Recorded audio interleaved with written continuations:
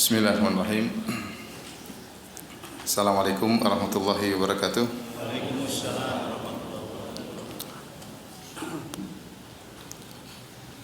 Innal hamdalillah nahmaduhu wa nasta'inuhu wa nastaghfiruhu wa natubu ilaihi wa na'udzu billahi min shururi anfusina wa min sayyiati a'malina.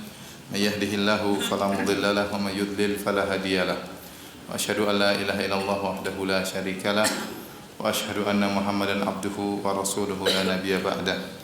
Ya ayyuhalladzina amanu taqullaha haqqa tuqatih wa la tamutunna illa wa antum muslimun. Fa inna asdaqal hadithi kitabullah wa khairal huda huda Muhammadin sallallahu alaihi wasallam wa syarrul umuri muhdatsatuha wa kullu muhdatsatin bid'ah wa kullu bid'atin dhalalah wa kullu dhalalatin finnar. Hadirin dan hadirat para jamaah sekalian yang dirahmati oleh Allah Subhanahu wa taala. Alhamdulillah pada kesempatan kali ini kita diberi kemudahan kembali oleh Allah Subhanahu wa taala untuk bisa bermajelis dalam rangka menuntut ilmu. Semoga pertemuan kita diberkahi oleh Allah Subhanahu wa taala dan sebagai pemberat timbangan kebajikan kita di akhirat kelak.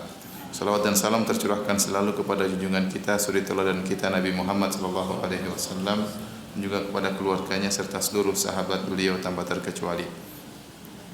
Pada pertemuan kali ini, yaitu pertemuan yang keempat ya dari Sirah Nabawiyah, kita akan menyampaikan tentang kelahiran Rasulullah sallallahu alaihi wasallam ya. Nabi sallallahu alaihi wasallam memiliki nasab yang mulia dan yang telah dipilih oleh Allah Subhanahu wa taala dari nasab yang termulia dari setiap generasi. Nasab beliau sebagaimana dalam Sahih Al-Bukhari ya, adalah Muhammad bin Abdullah bin Abdul Muttalib bin Hashim bin Abdi Manaf bin Qusay bin Kilab bin Murrah bin Ka'ab bin Lu'ay bin Ghalib bin Fihr bin Malik bin Nadar bin Kinanah bin Khuzaimah bin Mudrikah bin Ilyas bin Mudhar bin Nizar bin Ma'ad bin Adnan. Ya, jadi inilah nasab yang disepakati oleh para ulama ya sampai kepada Adnan ya, sampai kepada Adnan. Ada sekitar 21 bapak ya sampai ke Adnan. Jadi Muhammad bin Abdullah bin Abdul Muttalib, kemudian bin Hashim bin Abdi Manaf bin Qusay bin Kilab bin Murrah bin Ka'ab bin Lu'ay bin Ghalib bin Fihr bin Malik bin Nadar bin Kinanah bin Khuzaimah bin Mudrikah bin Ilyas bin Mudhar bin Nizar bin Ma'ad bin Adnan. 21 bapak ya. Ini yang disepakati oleh para ulama ya, yang setelah kita jelaskan, jadi Nabi SAW adalah keturunan dari Qusay bin Kilab, dan Qusay bin Kilab inilah yang dikenal sebagai Quraisy, yang dialah yang telah mengumpulkan anak-anak dari Nabi Ismail alaihissalam yang terpencar-pencar, kemudian dikumpulkan menjadi kokoh, kemudian akhirnya merebut kembali pemerintahan di kota Mekah sebagaimana pernah kita jelaskan pada pertemuan-pertemuan yang lalu. Adapun dari Adnan sampai kepada nanti bin Ismail bin Ibrahim, kemudian bin Ismail bin Ibrahim, kemudian sampai kepada bin Adam ya. Jadi dari Nabi sampai Adnan disepakati ada sekitar 21 bapak. Kemudian dari Adnan sampai Ismail maka ada khilaf. Ada sebagian ulama yang mengatakan antara Adnan sampai Ismail sekitar 40 kakek, 40 bapak. Ada yang mengatakan 7 atau 9 atau 10. Intinya tidak ada dalil yang jelas ya antara Adnan sampai Ismail ya. Kalau Adnan sampai Ismail tidak jelas, apalagi dari Ismail bin Ibrahim sampai Nabi Adam ya, ini lebih tidak jelas lagi. Makanya kalau ada yang memastikan maka dia berdusta, tidak benar ya, tidak benar kalau ada yang mengatakan saya bisa sebut nasab Nabi Muhammad sampai Nabi Adam. Ini enggak benar ya, karena dari Adnan sampai Ismail diperselisihkan dan perselisihannya sangat besar ya. Ada yang 40 mengatakan 40 bapak, ada yang mengatakan 10 bapak ya. Ini jauh sekali perselisihan yang sangat signifikan di antara para ulama ya, ahli nasab. Ya, oleh karenanya dari Adnan sampai Ismail tidak jelas, tidak bisa dipastikan, apalagi dari Ismail sampai Nabi Adam alaihi salam. Tetapi kita telah dijelaskan oleh Nabi SAW bahwasanya nasab beliau adalah nasab yang paling mulia. Dalam hadis yang diriwayatkan Imam Muslim, Rasulullah SAW bersabda, Inna Allah astafa Kinanata min waladi Ismail. Sungguhnya Allah telah memilih Kinanah dari anak-anak keturunan Nabi Ismail. Wastafa Quraisyan min Kinanah, dan dari keturunan Kinanah Allah memilih Quraisy.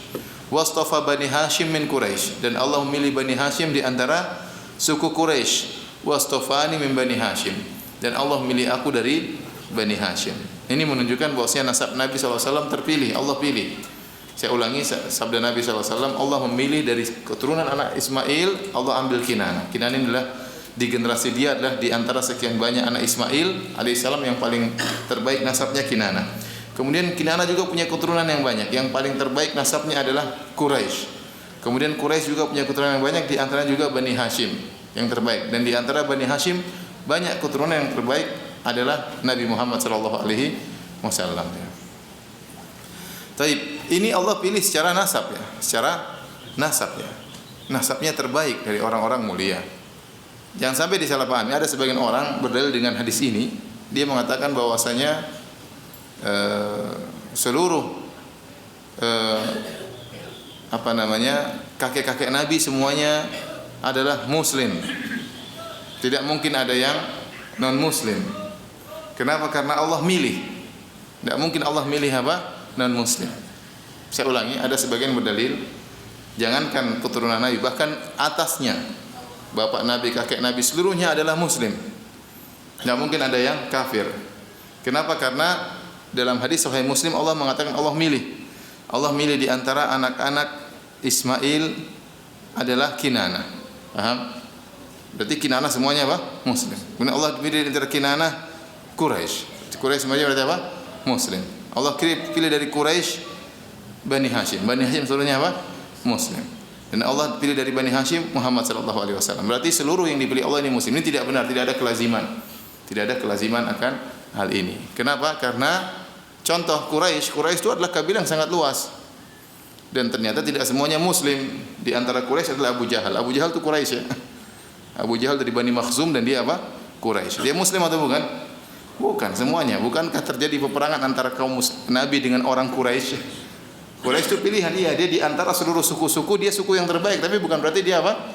Muslim ya. Bukan berarti muslim. Makanya terjadi peperangan hebat antara Nabi sallallahu alaihi wasallam kaum muslimin melawan suku Quraisy sampai akhirnya terjadi penaklukan kota Mekah tatkala orang-orang Quraisy ditaklukkan pada tahun 8 Hijriah akan datang penjelasan. Tapi mereka sempat banyak kafir dan akhirnya banyak yang masuk Islam. Jadi tidak benar. Kemudian juga Bani Hashim. Rasulullah SAW Allah memilih Bani Hashim dari Quraisy. Bani Hashim juga tidak semuanya muslim. Di antara Bani Hashim adalah Abu Lahab.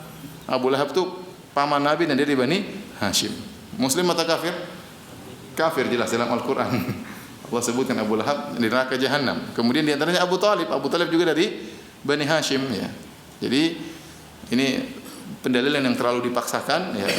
Sebagian disebut oleh sebagian dai untuk menjelaskan bahwasanya Nabi SAW keturunan dari atas harus murni seluruhnya muslim dan di bawah juga harus muslim semua. Ini tidak benar sisi pendalilannya kalau dijadikan hadis ini sebagai pendalilan. Dan saya ingatkan, tidak semua keturunan Nabi ya, kita memuliakan keturunan para Nabi, tapi tidak semua keturunan para Nabi kemudian otomatis adalah orang-orang yang soleh. Terlalu banyak dalil menunjukkan akan hal ini. Di antaranya bukti yang nyata, ya adalah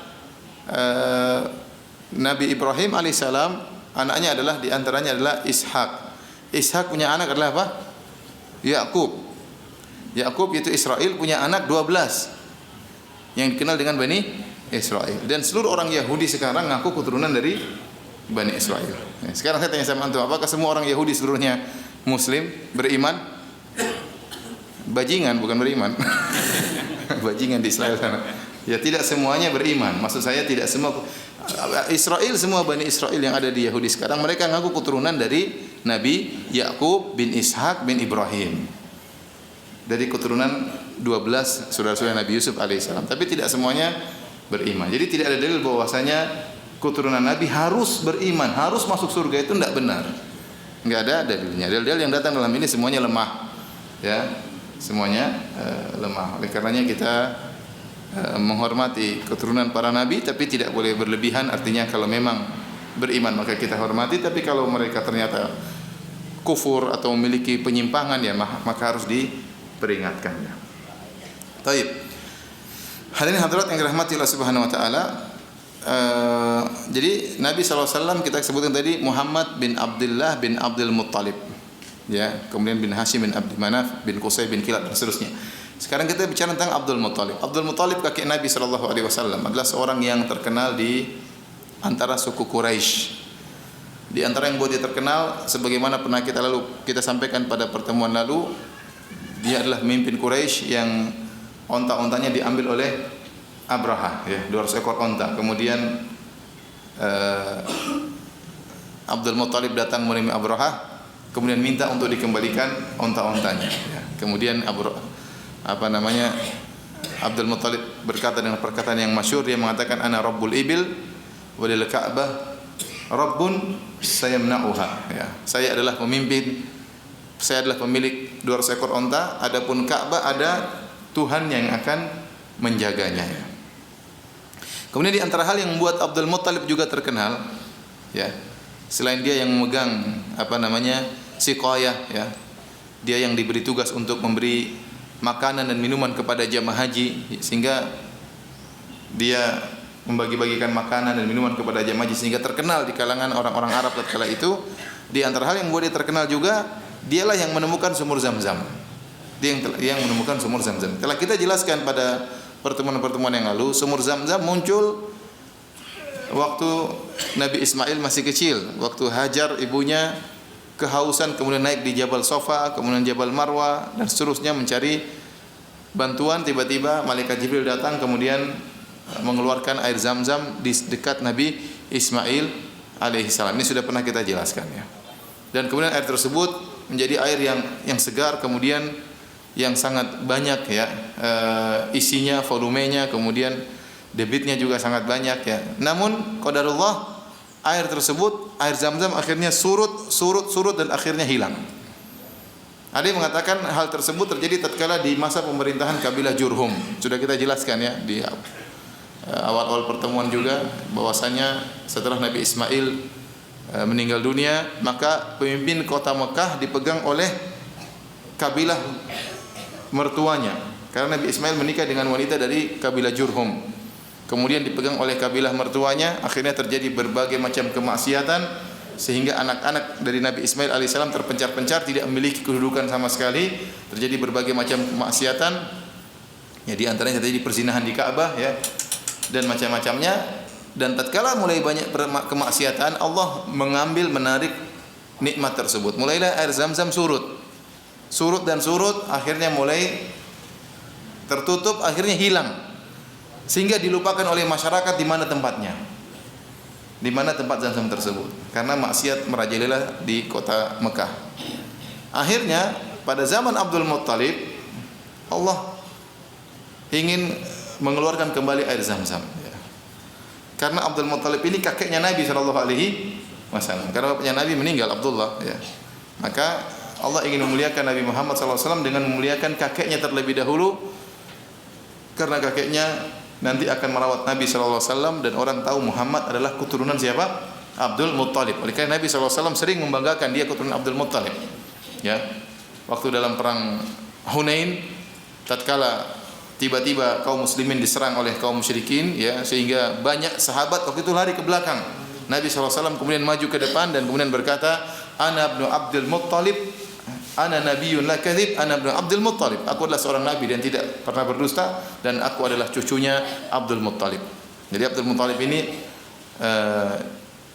dimuliakan oleh Allah Subhanahu wa taala karena cucunya adalah siapa? Nabi Muhammad sallallahu alaihi wasallam. Saya ingatkan kembali seperti pembahasan yang lalu, ya. Allah memuliakan Quraisy, ya, sehingga Allah membela Quraisy dari serangan tentara Abraha, tentara bergajahnya Abraha, dibinasakan oleh Allah tanpa ada campur tangan orang Quraisy. Bukan karena Quraisynya, tapi karena Nabi Muhammad dari mana? Dari Quraisy. Ya. Baik. Adapun kisah ditemukannya kembali sumur Zam-Zam, maka ini diriwayatkan oleh Ibnu Ishaq dalam sirahnya, Ibnu Ishaq, dan juga dinukil oleh Ibnu Hisham dalam sirahnya. Dan riwayat tersebut datang dari Ali bin Abi Thalib radhiyallahu taala anhu. Dan Ibnu Ishaq meriwayatkan kisah ini dengan tasrih bis sama', yaitu dia mengatakan haddatsani Yazid bin Abi Habib Al-Misri. Ya. Jadi Ibnu Ishaq ini menurut ahli hadis dikenal dengan perawi yang soduk idza sarraha bit tahdits. Nilainya adalah soduk, derajatnya soduk. Soduk itu derajatnya hasan. Dengan syarat dia harus mengatakan tahdits, yaitu dia mengatakan sami'tu atau dia mengatakan haddatsani langsung, yang artinya saya mendengar atau telah menyampaikan kepadaku. Tapi kalau dia mengatakan an, dari, maka riwayatnya tidak diterima. Kenapa? Karena dia ada tadlis. Ya.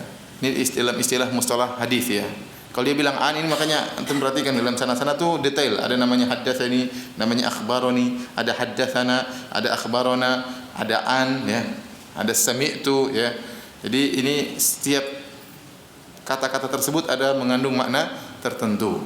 Para ulama hadis dulu detail dalam meriwayatkan hadis. Nah, kalau ada perawi yang mudallis, ya, mudallis itu ada semacam tadlis, semacam penipuan sedikit ya, mengatakan an, ya, maka tidak diterima. Ya. Tadlis juga bertingkat-tingkat ya.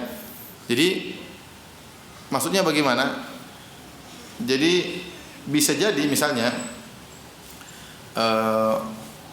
saya meriwayatkan suatu berita dari orang lain melalui perantara ya.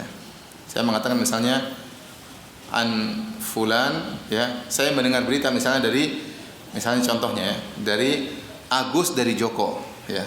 Saya dapat berita dari Agus dari Joko. Tetapi Agus ini bermasalah ya. Mohon maaf kalau ada yang namanya Pas Agus ya, ini sekedar contoh saja.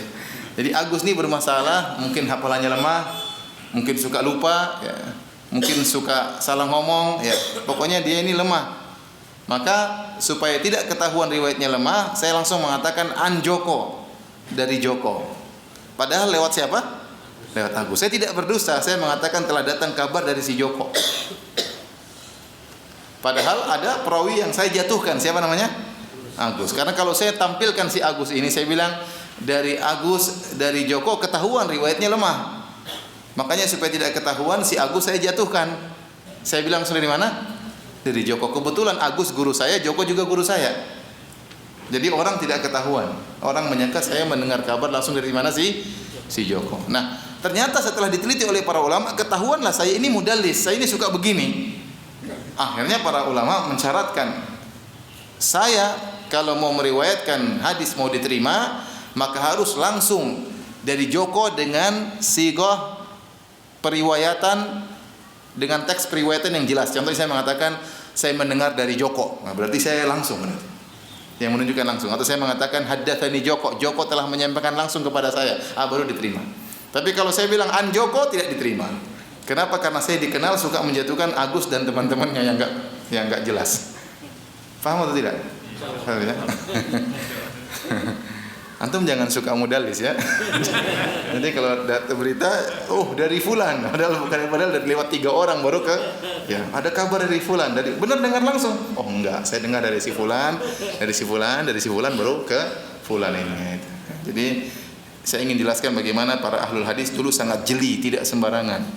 Ya, karena al-isnad minad din, isnad sanadnya dari agama ya. Keabsahan sesuatu dari nilai sanadnya. Maka para ulama Islam, para ulama dahulu sangat detail dalam masalah menilai sanad. Nah, Ibnu Ishaq ahli sirah, ahli sejarah, secara statusnya menurut ahlul hadis namanya saduq idza sarraha bit tahdits. Dia dikatakan hadisnya hasan kalau dia menyatakan haddatsani atau haddatsana, telah menyampaikan kepada aku, berarti tidak ada yang dia jatuhkan, berarti dia langsung dengar. Dan dalam kisah penggalian air Zam-Zam ini, dia memenuhi persyaratan. Dia menggunakan sighah tahdits. Dia mengatakan haddatsani Yazid bin Abil Habib Al-Misri. Ya. Telah menyampaikan kepadaku Yazid Al-Misri. Ya. Baik.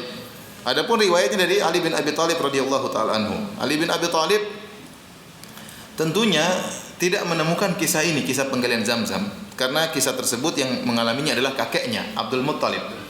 Ya. Jadi Ali bin Abi Thalib sama kakeknya, karena Ali bin Abi Thalib adalah sepupunya Rasulullah SAW. Kakek mereka sama-sama Abdul Muttalib. Ya. Jadi Ali bin Abi Thalib bin Abdul Muttalib. Tetapi para ulama mengatakan kemungkinan besar Ali bin Abi Thalib mendengar kisahnya dari bapaknya Abu Talib, dan Abu Talib mendengar kisahnya dari apa? Kakeknya Abdul Muttalib. Bagaimana kisahnya? Kata Abdul Muttalib, suatu hari saya tidur di Hijr. Hijr itu di Ka'bah, dekat Ka'bah. Tahu-tahu Hijr Ismail. Kemudian dia mimpi, dalam mimpinya ada yang datang kemudian berkata, "Ihfir at-tayyibah." Galilah Taibah. Taibah artinya baik. Fakultu, aku bertanya, "Wa ma Taibah?" Apa itu Taibah? Kok disuruh gali? Fadhahaba. Kemudian orang itu pergi. Kemudian esoknya saya pun tidur lagi di tempat yang sama. Kemudian datang lagi orang tersebut dalam mimpi. Kemudian mengatakan, "Ihfir barrah." Galilah barrah. Barrah juga secara bahasa artinya baik. Galilah sesuatu yang baik. Fakultu, aku berkata, "Ma barrah?" Apa itu barrah? Apa itu yang baik? Dia pun tidak menjelaskan, kemudian pergi lagi.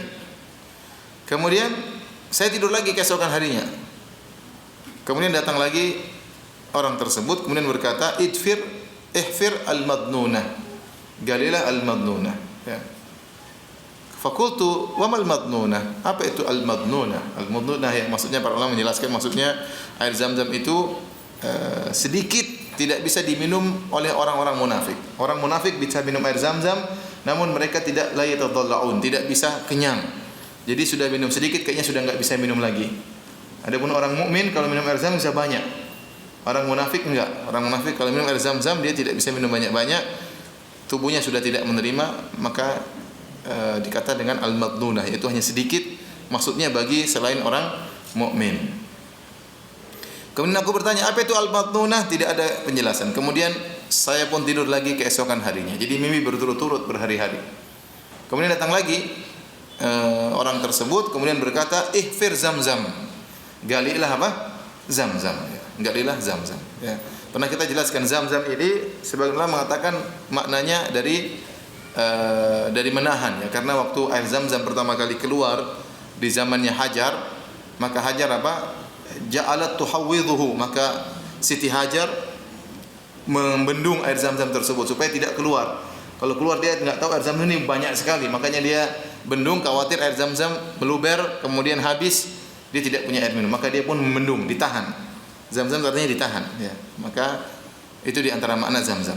Maka kemudian orang ini berkata, "Ihfir Zam-Zam." Galilah Zam-Zam. Kemudian dia jelaskan tentang Zam-Zam tersebut.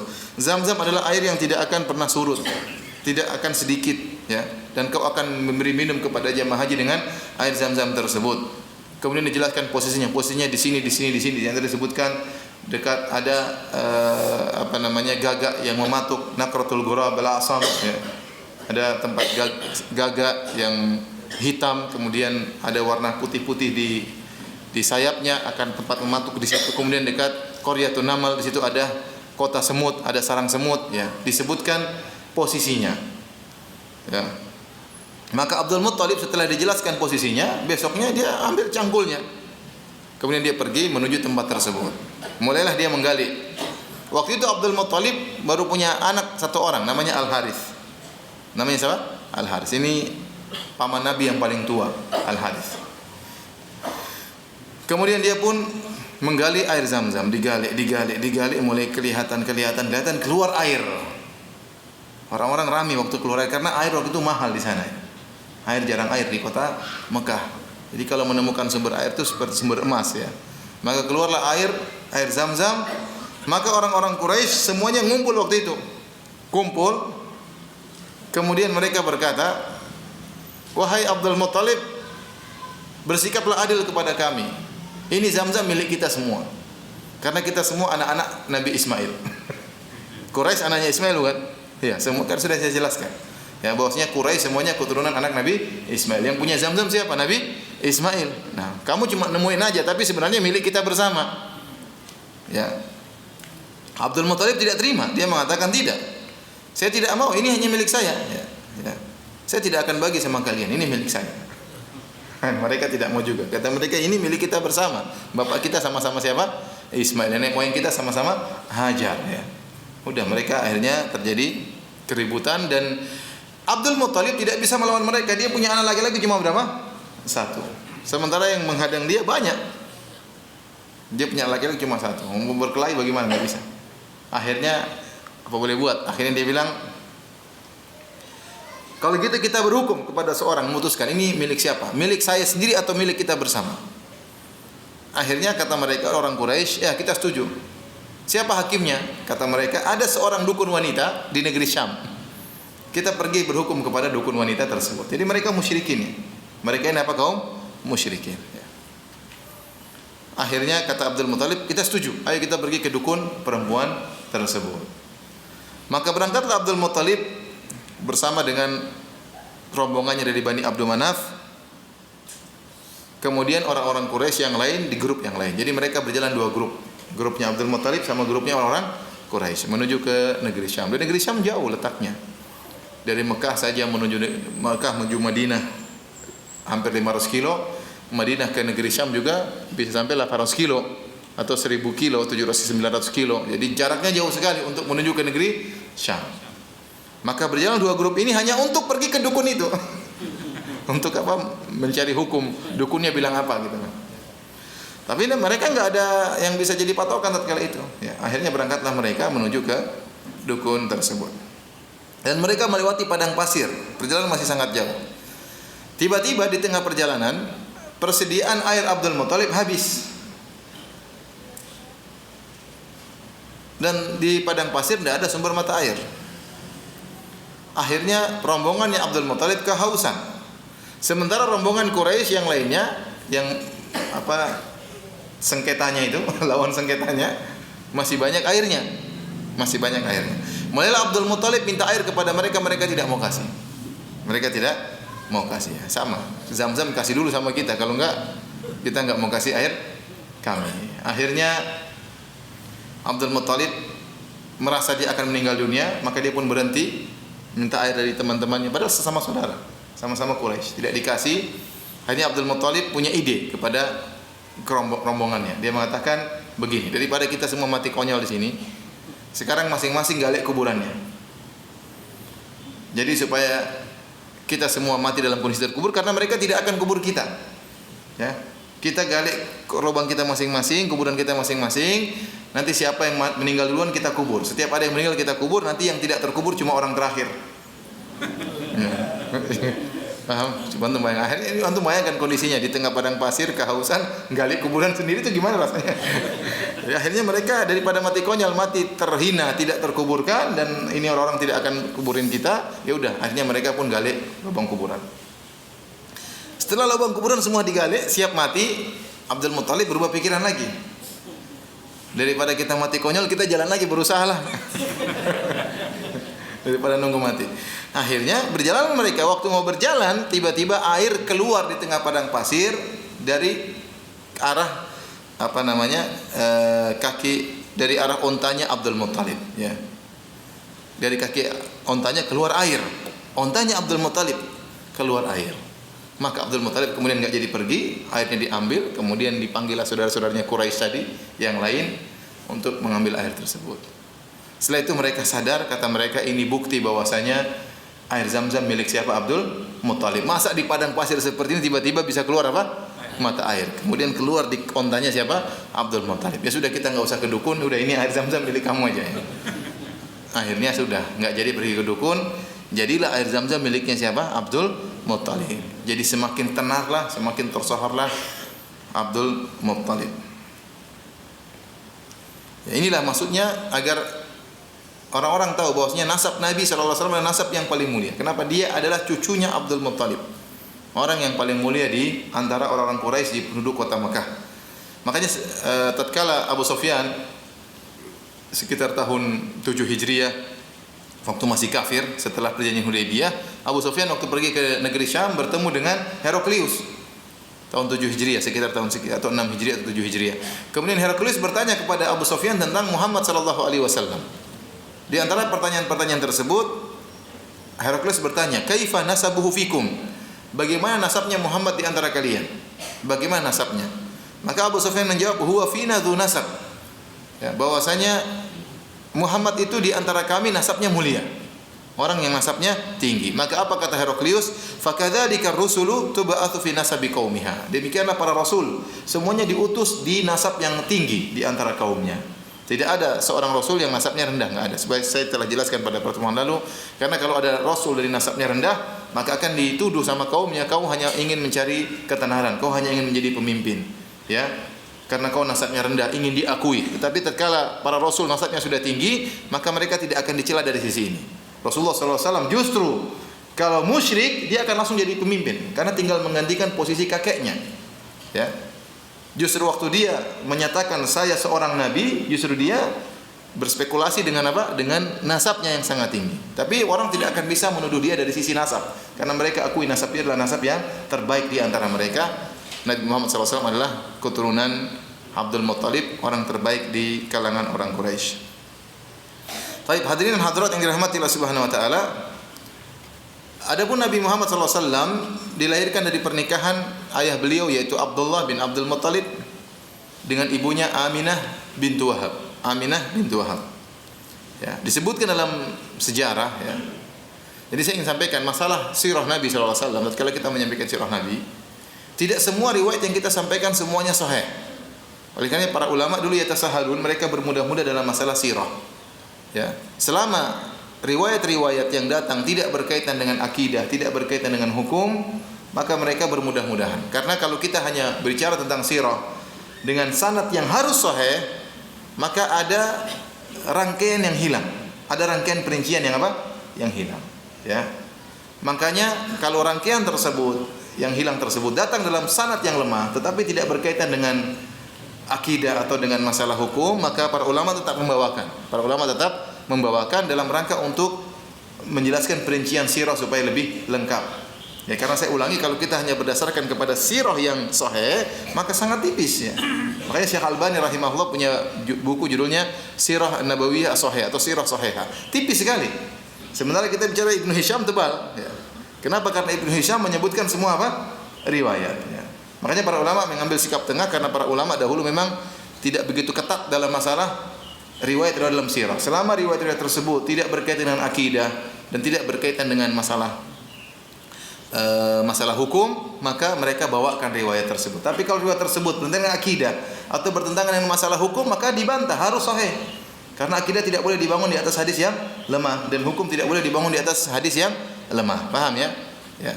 Baik, hadirin hadirat yang Allah Subhanahu wa taala, disebut dalam sejarah. Jadi Abdul Muttalib pernah bernazar, kalau saya punya anak 10, saya akan sembelih salah satunya. Kenapa dia pernah demikian? Sebenarnya ulama mengatakan karena waktu dia temukan air Zam-Zam, dia dikeroyak sama orang-orang Quraisy. Dan dia tidak bisa melawan karena anaknya cuma laki-laki cuma berapa? 1 orang. Makanya mau berkelahi bagaimana? Bagaimana melawan? Kata dia, kalau saya punya anak 10, saya akan sembelih salah satunya. Dia bernazar kepada Allah, ya Allah, kalau saya punya anak 10 laki-laki, saya akan sembelih salah satunya. Dan benar, akhirnya Allah menganugerahkan kepada dia 10 orang anak, ya. Jadi Abdul Muttalib ini punya 10 putra dan 6 putri. Semuanya paman Nabi dan semuanya bibi tante Nabi, ya. Ya kan? Semua anak Abdul Muttalib adalah paman Nabi dan yang perempuan adalah bibinya Nabi. 10 putra Abdul Muttalib tersebut, yang pertama Al-Harith, ini putra tertua dan ibunya adalah Safiyah binti Jundub. Kemudian yang kedua Az-Zubair, ibunya adalah Fatimah binti Amr Al-Makhzumiyah. Kemudian yang ketiga Abdul Uzza, yaitu Abu Lahab, ini juga paman Nabi. Dari istrinya Aminah binti Hajar. Jadi istrinya banyak. Siapa namanya? Abdul Muttalib, ya. Kemudian yang keempat Al-Muqawwam, ibunya adalah Halah. Kemudian yang kelima adalah Dirar, ibunya Natlah. Kemudian Abu Talib, ibunya adalah Fatimah binti Amr Al-Makhzumiyah. Kemudian Hajil, ibunya adalah Halah binti Wuhaib. Kemudian Abdullah, ayah Nabi, anak ke-8, ibunya adalah Fatimah binti Amr Al-Makhzumiyah.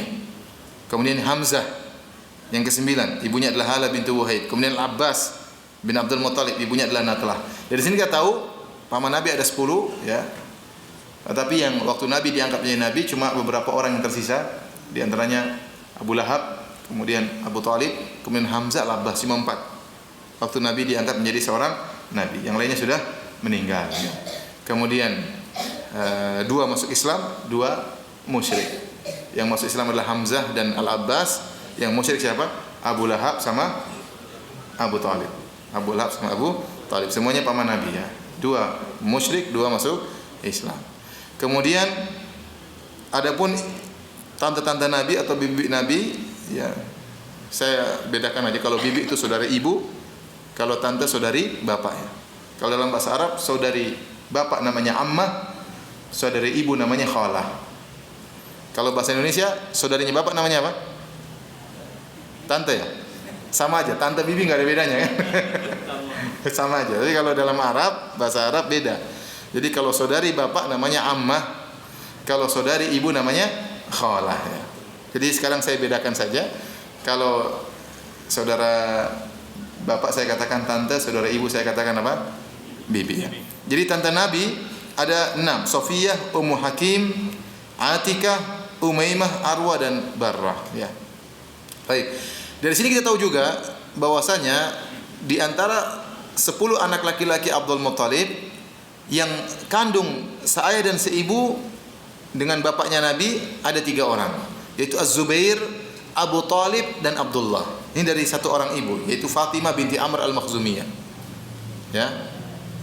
Jadi 3 orang ini satu bapak dan satu ibu. Bapak mereka Abdul Muttalib, ibu mereka Fatimah binti Amr al-Makhzumiyah. Siapa? Abdullah, Abu Talib sama siapa?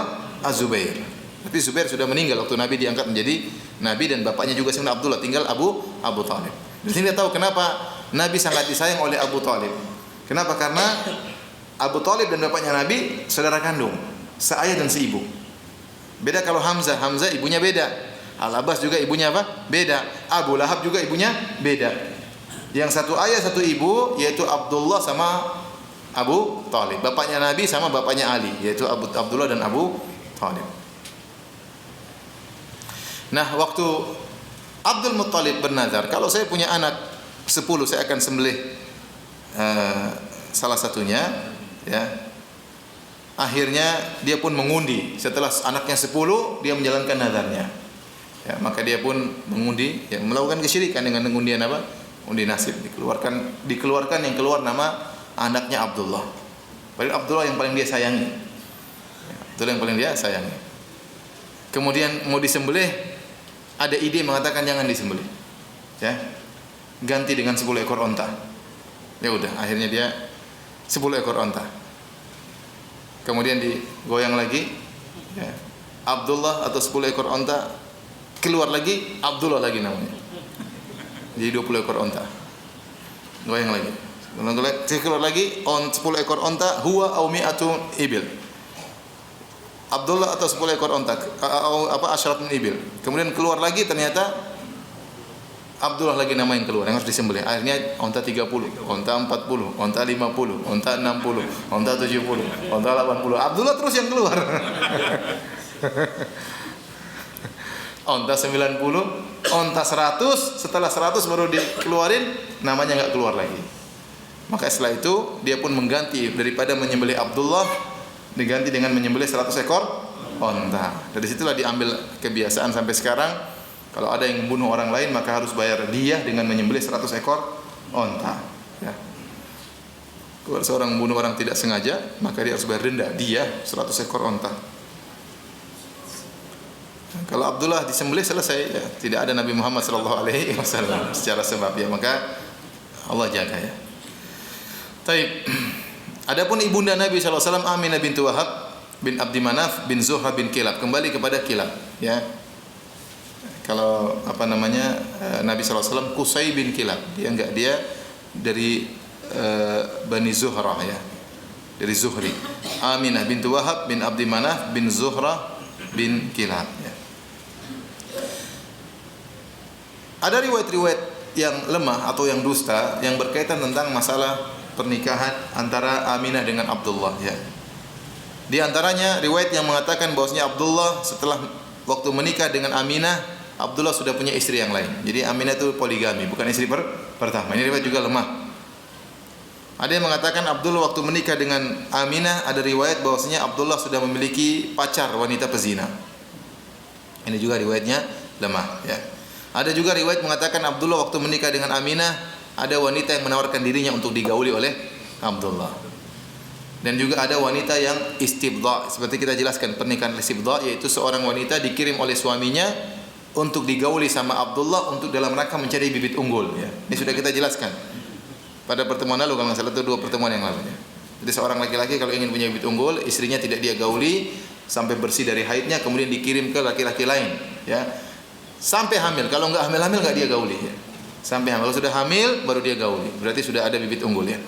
Jadi ada wanita dikirim ke Abdullah untuk dicari bibit unggul. Kemudian Abdullah sebelum mendatangi wanita tadi, sebelum mengguli wanita tadi, Abdullah sebentar dia pulang dulu ke rumah istrinya Aminah. Kemudian waktu pergi ke Aminah, dia gauli istrinya Aminah, dia balik lagi, wanita tadi enggak mau lagi. Kenapa enggak mau lagi? Kata wanita tadi, sebelum kau datang ke istrimu Aminah, saya melihat cahaya di wajahmu. Waktu kau pergi ke Aminah, kau balik lagi, cahaya sudah hilang. Jadi saya enggak mau cari bibit unggul lagi sama kamu. Bibit unggul udah hilang. Ini juga hadisnya apa? Lemah. Riwayat-riwayat yang lemah. Sebagian ulama menjelaskan riwayat-riwayat seperti ini muncul dalam rangka sikap berlebihan kepada Nabi Shallallahu Alaihi Wasallam. Jadi Nabi selalu diidentikan dengan cahaya dan cahaya. Ya, benar Rasulullah SAW bercahaya, ya. Wajah beliau bercahaya, tapi bercahaya maksudnya putih, kemudian terang benderang. Tapi bukan cahaya ada lampu keluar, ya, enggak. Ya. Jangan disalah artikan, ya. Allah Subhanahu Wa Taala berfirman dalam surat Al-Ahzab ayat 45 dan 46, ya ayuhan nabiyyu inna arsalnaka syahidan wa mubasysyiran wa nadhira wa da'iyan ila Allah bi idnihi wa sirajan munira. Kata Allah Subhanahu wa taala, wahai nabi, sungguhnya kami telah mengutus engkau sebagai saksi, sebagai pemberi kabar gembira dan sebagai pemberi peringatan dan sebagai dai yang menyeru kepada Allah dengan izin Allah, wa sirajan munira, dengan lampu yang sebagai lampu yang bercahaya. Nabi dikatakan lampu yang bercahaya bukan berarti tubuhnya keluar lampu yang bercahaya, tidak, tapi ajarannya bercahaya. Makanya Allah mengatakan dengan Nabi, Allah mengeluarkan Allahu yukhrijul ladina amanu minadz dzulumati ilan nur. Allah keluarkan orang-orang beriman dari kegelapan menuju apa? Cahaya yang terang benderang. Dengan Nabi, dengan Al-Qur'an, ya. Jadi dakwah Nabi isinya cahaya. Tapi bukan Nabi tubuhnya keluar sinar. Ini tidak benar. Oleh karenanya sebagian orang mengatakan berlebihan Nabi sallallahu alaihi wasallam itu tidak punya bayangan. Kenapa tidak punya bayangan? Karena tubuhnya bercahaya. Jadi waktu cahaya matahari datang mantul kalah dengan cahaya Nabi sallallahu alaihi wasallam. Ini tidak benar. Kenapa saya katakan tidak benar? Kalau Nabi sallallahu alaihi wasallam benar-benar tubuhnya bercahaya, maka orang-orang musyrikin akan langsung masuk Islam. Orang-orang musyrikin akan langsung masuk. Kenapa? Nabi ini sangat aneh. Ya. Ya. Makanya mereka dahulu tidak beriman kepada para nabi. Kenapa? Mereka ingin utusan dari Allah itu malaikat. Laula unzila alaihi ma'ahu malak. Seandainya diutus bersama dia malaikat. Kenapa rasul seperti manusia? Mereka ingin rasul itu punya kedudukan yang lebih tinggi, bukan sekedar manusia. Seperti dalam Al-Qur'an, orang-orang berkata, wa qalu ma li hadzal rasuli ya'kulu at-ta'ama wa yamshi fil aswaq. Laula unzila ilaihi malakun fayakuna ma'ahu nadhira. Rasul macam apa ini? Mereka protes kepada Nabi. Rasul macam apa ini? Kok jalan-jalan di pasar dan makan makanan? Ini Rasul. Kami ingin Rasul itu malaikat. Ya. Demikian juga dikatakan kepada nabi-nabi yang lain. Kata Allah, wa ma arsalna qablaka minal mursalina illa innahum la ya'kuluna at-ta'ama wa yamshuna fil aswaq. Dan tidaklah kami mengutus para rasul sebelum engkau wahai Muhammad. Bukan cuma engkau, nabi-nabi sebelumnya. Dari Nabi Adam, ya semuanya, Nabi Ibrahim, Nabi Daud, Nabi Sulaiman, Nabi Nuh, semuanya nabi-nabi, illa innahum la ya'kuluna at-ta'am, mereka juga makan makanan, wa yamshuna fil aswaq, dan mereka juga berjalan di pasar. Orang-orang Quraisy saja sekarang pingin, yang aneh, pingin ada nabi dari kalangan apa? Malaikat, ya. Nah, saya katakan seandainya Rasulullah sallallahu alaihi wasallam kemudian tubuhnya bercahaya, keluar seperti lampu, kira-kira Abu Jahal beriman atau tidak? Beriman. Kira-kira Abu Lahab beriman atau tidak? Abu Lahab pasti bangga, ponakan saya keluar lampu. Tapi Abu Lahab tidak beriman karena dianggap Muhammad manusia biasa, ngapain kita beriman kepada Muhammad? Ya, Muhammad sallallahu alaihi wasallam manusia spesial, diberi wahyu, diberikan beberapa mukjizat, tetapi tidak boleh kita berlebihan mengatakan bahwasanya Rasulullah SAW kemudian tubuhnya keluar lampu. Di antara dalil bahwasanya Rasulullah SAW tidak keluar cahaya dari tubuhnya seperti lampu, seperti dalam hadis Aisyah radhiyallahu taala anha, ya, dalam Sahih Bukhari dan Sahih Muslim. Saya bacakan hadisnya. Aisyah berkata, "Kuntu anamu baina yaday Rasulillah sallallahu alaihi wasallam wa rijlaya fi qiblatihi." Suatu hari saya tidur di hadapan Nabi sallallahu alaihi wasallam dan kedua kakiku di arah kiblatnya. Jadi Rasulullah SAW, ya, salat sementara di bagian depan Nabi ada kaki Aisyah di bagian kiblat Nabi sallallahu alaihi wasallam. Fa idza sajada ghamazani. Kalau dia ingin sujud, maka Rasulullah SAW pegang kaki Aisyah. Faqabattu rijlayya, supaya Aisyah bisa narik lipat kedua kakinya, supaya ada space untuk sujud. Ya, wa idza qama basattuhuma, kalau Nabi sudah berdiri lagi, saya pun julurkan lagi kedua kakiku. Wal buyutul yauma idzin laisa fiha masabih, dan rumah-rumah tapi tidak ada lampunya, kata Aisyah radhiyallahu taala anha. Ini hadis menunjukkan bagaimana rumah Nabi sangat sempit ya. Sampai untuk sholat saja harus ngambil space tidurnya Aisyah radhiyallahu taala anha. Jadi kalau antum pergi ke Madinah, antum ke Masjid Kuba, ya, ada di samping Masjid Kuba sekarang pameran baru itu. Persis Masjid Kuba sampingnya. Antum bisa masuk itu, lihat bagaimana peta kota Madinah zaman dahulu, kemudian juga ada rumah-rumah Nabi. Ya, kecil-kecil, paling 4x4, 4x5 ya. Ya. 4x5 ya, cuma kemudian tingginya mungkin enggak sampai 2 meter ya. Ya, rumah Nabi sangat kecil ya. Oleh karenanya untuk sholat malam saja Nabi SAW tidak ada tempat. Makanya untuk sujud Nabi harus menyentuh kaki Aisyah supaya apa, dilipat supaya bisa sujud ya. Kita alhamdulillah rumah luas ya. Sholat malamnya enggak ada masalahnya. Kalau mau sholat di mana-mana bisa, mau di sini, mau di sana, ruang tamu, ruang mana bisa. Cuma masalahnya sholat enggak, itu masalahnya. Ya. Jadi rumah itu yang penting berkah, bukan besar-besarnya, tapi berisi dengan apa? Ibadah kepada Allah Subhanahu wa taala ya. Jadi lihatlah bagaimana ya Aisyah ya Ummul Mukminin begitu sabarnya dengan rumah yang sangat sempit tersebut, padahal Nabi SAW adalah seorang raja. Kalau dia ingin bangun rumah besar bisa. Ya, kalau dia ingin bangun besar, orang akan bangunkan buat Rasulullah SAW, tapi dia tidak mau. Ya. Kemampuannya hidup dengan penuh kesederhanaan. Yang jadi perhatian kita di sini, jadi Aisyah kapan dia mau narik kakinya? Setelah disentuh, dia tunggu disentuh dulu. Dan dia beri uzur, dia mengatakan wal buyutu yauma idzin laisa fiha masabih. Kenapa rumah-rumah kalau tidak ada lampunya? Makanya saya bisa menarik kaki saya kalau disentuh dulu. Paham? Karena Nabi tidak kelihatan. Nabi tidak kelihatan, ya. Kenapa Aisyah narik kakinya kalau Nabi mau sujud saja? Ya, ngapain dia lipat kaki terus, ya? Karena Nabi kalau sudah berdiri lama sekali. Yang mending kakinya dijulurin. Nanti kalau mau sujud baru apa itu. Tapi karena tidur kan enak kaki dijulurin ya. Ya. Nabi tidak melarang karena enggak ada tempatnya. Gimana lagi? Jadi Aisyah tidur kakinya berjulur di kiblat Nabi. Jadi kalau Nabi mau sujud baru sentuh kedua kakinya. Kenapa? Karena kalau Nabi berdiri lama sekali ya. Kita pernah dengar hadis Rasulullah SAW pernah sholat 1 rakaat baca surat Al-Baqarah, surat An-Nisa, surat apa Ali Imran. Sampai yang ikut jadi makmum, waktu sudah penghujung surat Al-Baqarah, dia mengatakan saya sudah senang Nabi akan ruku. Ternyata Nabi lanjut surat An-Nisa. Di surat An-Nisa Nabi akan ruku, ternyata enggak lanjut. Enggak ruku, lanjut lagi surat Ali Imran. Siapa suruh jadi makmum ya. Jadi akhirnya baru disentuh oleh Nabi tatkala Nabi ingin sujud. Dan kata Aisyah tidak ada lampu. Artinya apa? Gelap. Seandainya Nabi SAW tubuhnya keluar lampu, Aisyah tidak perlu disentuh, sudah langsung apa melipatkan kedua kakinya. Paham ya? Baik, di antara dalil dalam Sahih Muslim, Aisyah pernah berkata, dia bangun di malam hari. Kata dia, faqatu Rasulullah SAW lailatan minal firash. Suatu malam saya bangun dari tempat tidur, saya tidak dapati Nabi SAW. Faltamastu, saya pun cari Nabi. Di mana Rasulullah SAW? Gelap. Saya cari. Ini menunjukkan dia cari. Kalau terang, oh lagi sholat. Kalau ada lampu ya, nggak perlu dicari. Begitu bangun kelihatan Nabi sedang apa? Sholat. Tapi karena gelap, kata Aisyah, saya pun cari Rasulullah SAW. Fawaqa'at yadi ala batni qadamaihi. Saya cari-cari, tahu-tahu saya pegang tanganku menyentuh kedua telapak kaki Nabi SAW. Wa huwa fil masjid. Nabi sedang sujud. Wa huwa mansubatan, dan kedua kakinya tegak.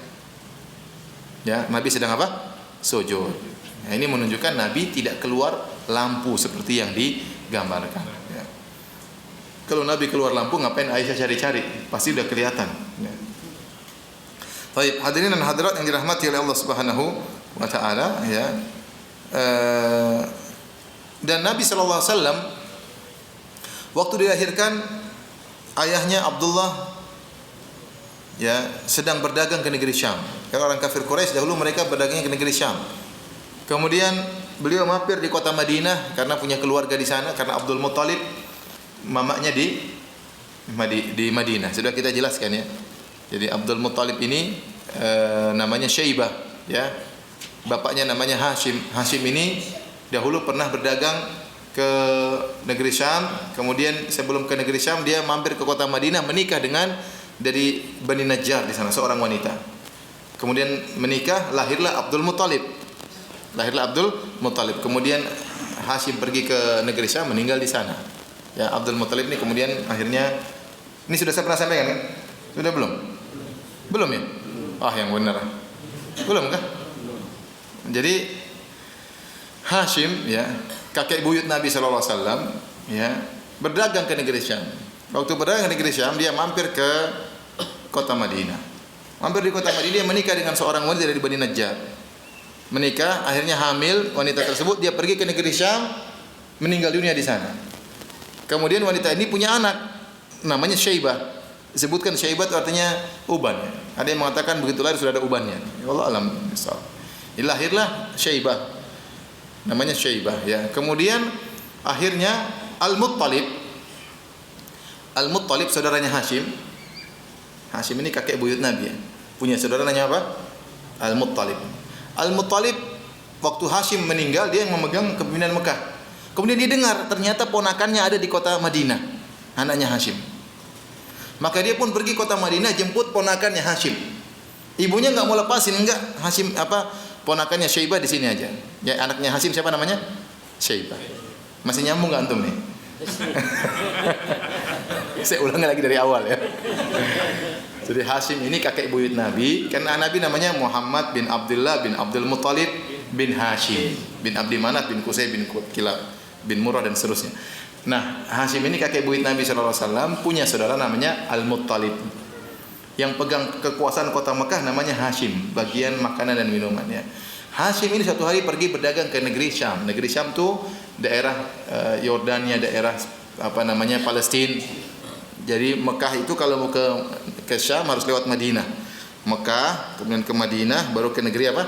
Syam ya. Nah, sebelum ke negeri Syam dia mampir kota Madinah. Di situ dia menikah dengan seorang wanita dari Bani Najjar. Kemudian dia lanjutkan tinggal beberapa lama, kemudian dia pergi melanjutkan ke negeri Syam, Hashim ini. Ternyata wanita ini hamil. Kemudian mengandung, punya anak namanya apa? Syaibah. Syaibah ini keponakannya siapa? Al-Muttalib. Ya kan? Anaknya Hashim, keponakannya siapa? Al-Muttalib. Paham sampai sini? Kemudian Hashim meninggal dunia. Akhirnya kepemimpinan dipegang oleh saudaranya Al-Muttalib. Tidak lama kemudian setelah Syaibah berumur entah 7 tahun, 8 tahun, tinggal di Madinah, enggak ada yang tahu. Karena ini Hashim nikah enggak bilang-bilang kan? Enggak SMS, enggak WhatsAppan, tahu-tahu punya anak di sana.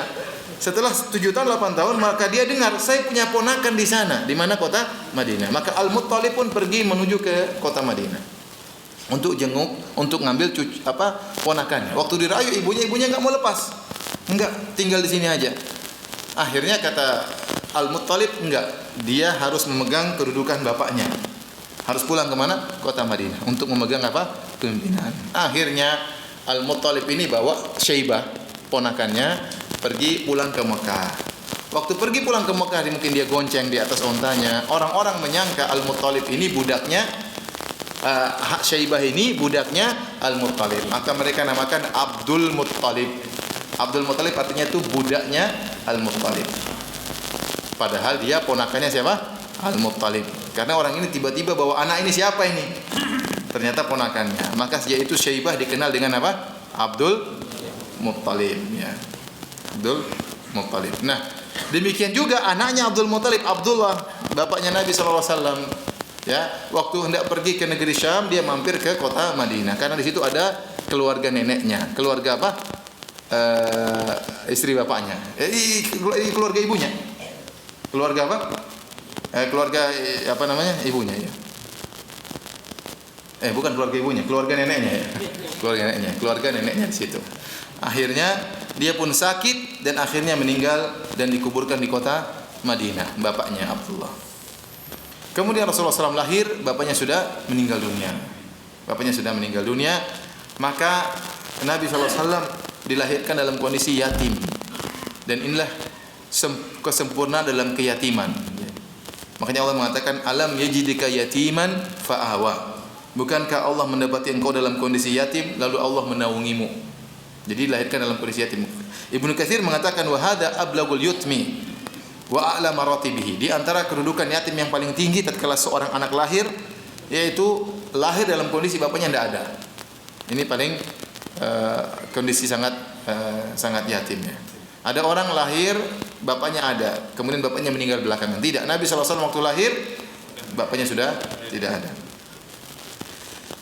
Para ulama menyebutkan kenapa Rasulullah SAW lahir dalam kondisi yatim ya. Ada beberapa hikmah disebut oleh sebagian ulama. Allah alam bisawab, ini ijtihad mereka. Ada yang mengatakan bahwasanya agar Rasulullah SAW tidak punya hutang budi sama bapaknya ya. Suatu saat kalau bapaknya ada kemudian terjadi pertentangan, nanti ada hutang budi susah dan macam-macamnya. Ada yang mengatakan agar Rasulullah SAW tidak dirawat oleh seorang ayah yang memiliki kebiasaan kesyirikan. Karena kita tahu bahwasanya Abdul Muttalib ya, mereka berjalan di atas adat-adat kesyirikan. Tadi seperti pergi ke dukun, kemudian ngundi nasib, ini semua adat-adat kesyirikan ya, adat kesyirikan. Dan Allah ingin menjaga Rasulullah SAW agar tidak hidup di atas kebiasaan ayahnya atau kakeknya dan yang lainnya. Ada yang mengatakan seandainya Nabi lahir ayahnya ada, maka mungkin orang menuduh kau hanya ikuti ajaran bapakmu, padahal ajaran bapaknya bukan ajaran Islam ya. Ada yang mengatakan juga agar orang-orang tahu bahwasanya keyatiman bukanlah penghalang untuk mencapai kesuksesan. Keyatiman bukanlah penghalang. Betapa banyak ulama yang hidup dalam kondisi yatim ya. Di antaranya Imam Syafi'i rahimahullahu taala ya. Di antaranya kalau tidak salah juga Ibnu Hajar Al-Asqalani. Banyak ulama yang hidup dalam kondisi yatim.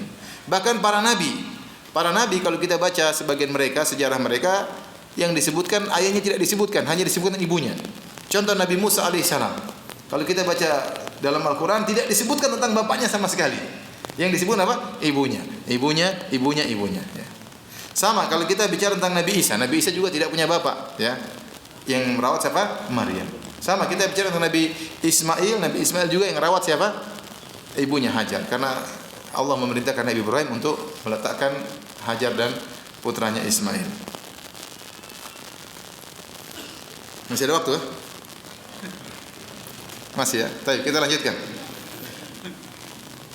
Masih kuat. Saya tahu sekarang kondisi puasa ya. Puasa lebih cepat hang daripada.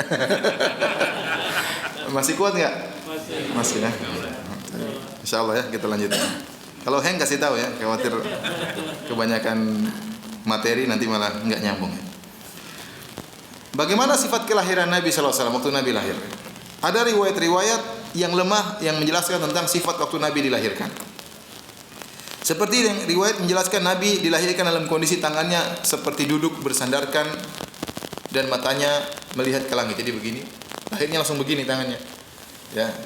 Tidak wajar, tidak seperti bayi-bayi yang lain. Ini hadisnya juga lemah.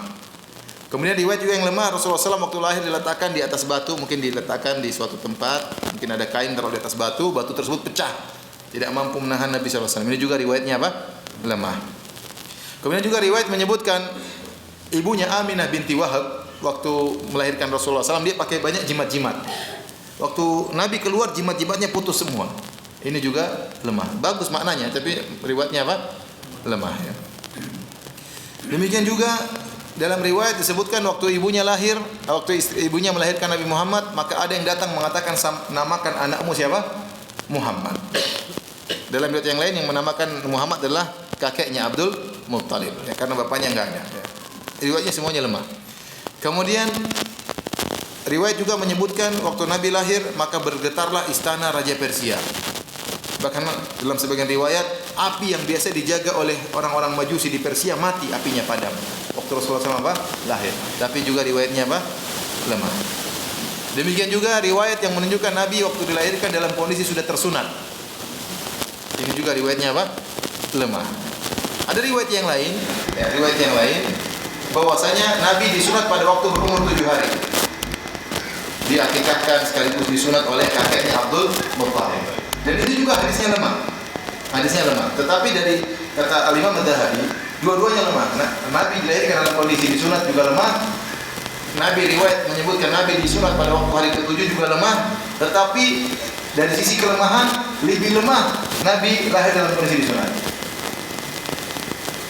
hadis riwayat tentang Nabi disunat pada hari ke-7 lebih kuat meskipun juga lemah, tapi lebih kuat. Oleh karena sebagian ulama merojikan pendapat ini bahwasanya Rasulullah SAW lahir seperti bayi-bayi biasa, kemudian disunat pada hari ke-7 sebagaimana kebiasaan orang-orang Arab.